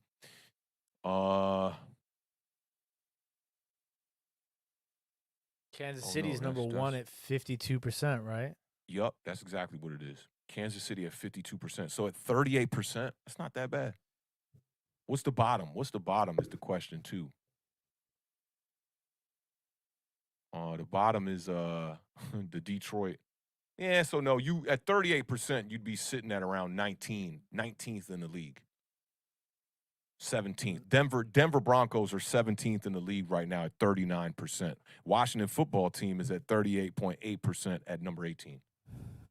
It's middle of the pack. It's not that horrible. I can't wait. Can't wait, Mark. I can't wait, Mark. Yeah, you did kind of come in a little bit confident today after the loss. I will say that. I think you banking on my Giants maybe surprising the Dallas Cowboys. I'm not banking on the Giants surprising the Dallas Cowboys. Definitely putting Dora to work here, man. You need to get this map together. You got a good 2 days to get this map together for your Washington football team going up against your boy Jalen Hurts coming back off that injury. It's going to be tough, man. But It is. this game, I think this game says a lot about both teams. Washington football team right now, if the NFC wasn't so terrible, they don't look like a playoff team to me right now. Got to keep it funky. Very limited with Antonio Gibson. If he doesn't have a good game, it seems like the Washington football team's offense won't have a good game. And, we don't want to see Terry McLaurin in bright spots like this not showing up. I don't know what the hell happened with him. I don't know if that was Trayvon Diggs. I don't know if that was the other kid, Brown, over there. But to see him. It's a little bit of everything. It's a little bit of Trayvon Diggs, and obviously. Yeah, of course. Look, this question is from Corey Lewis. I like this one. Corey Lewis Jr. in the building. What's up, fam? He says, if you can have Daniel Jones on your show, what would you ask him? I mean, do you believe in dinosaurs? That's crazy. He ain't gonna give us no real clear-cut answers about anything. You know how they do with the media. I don't know what I would ask him. I would probably ask him, do you consider yourself to be the main leader on this New York Giants football team? Simple as that. But Daniel Jones, man.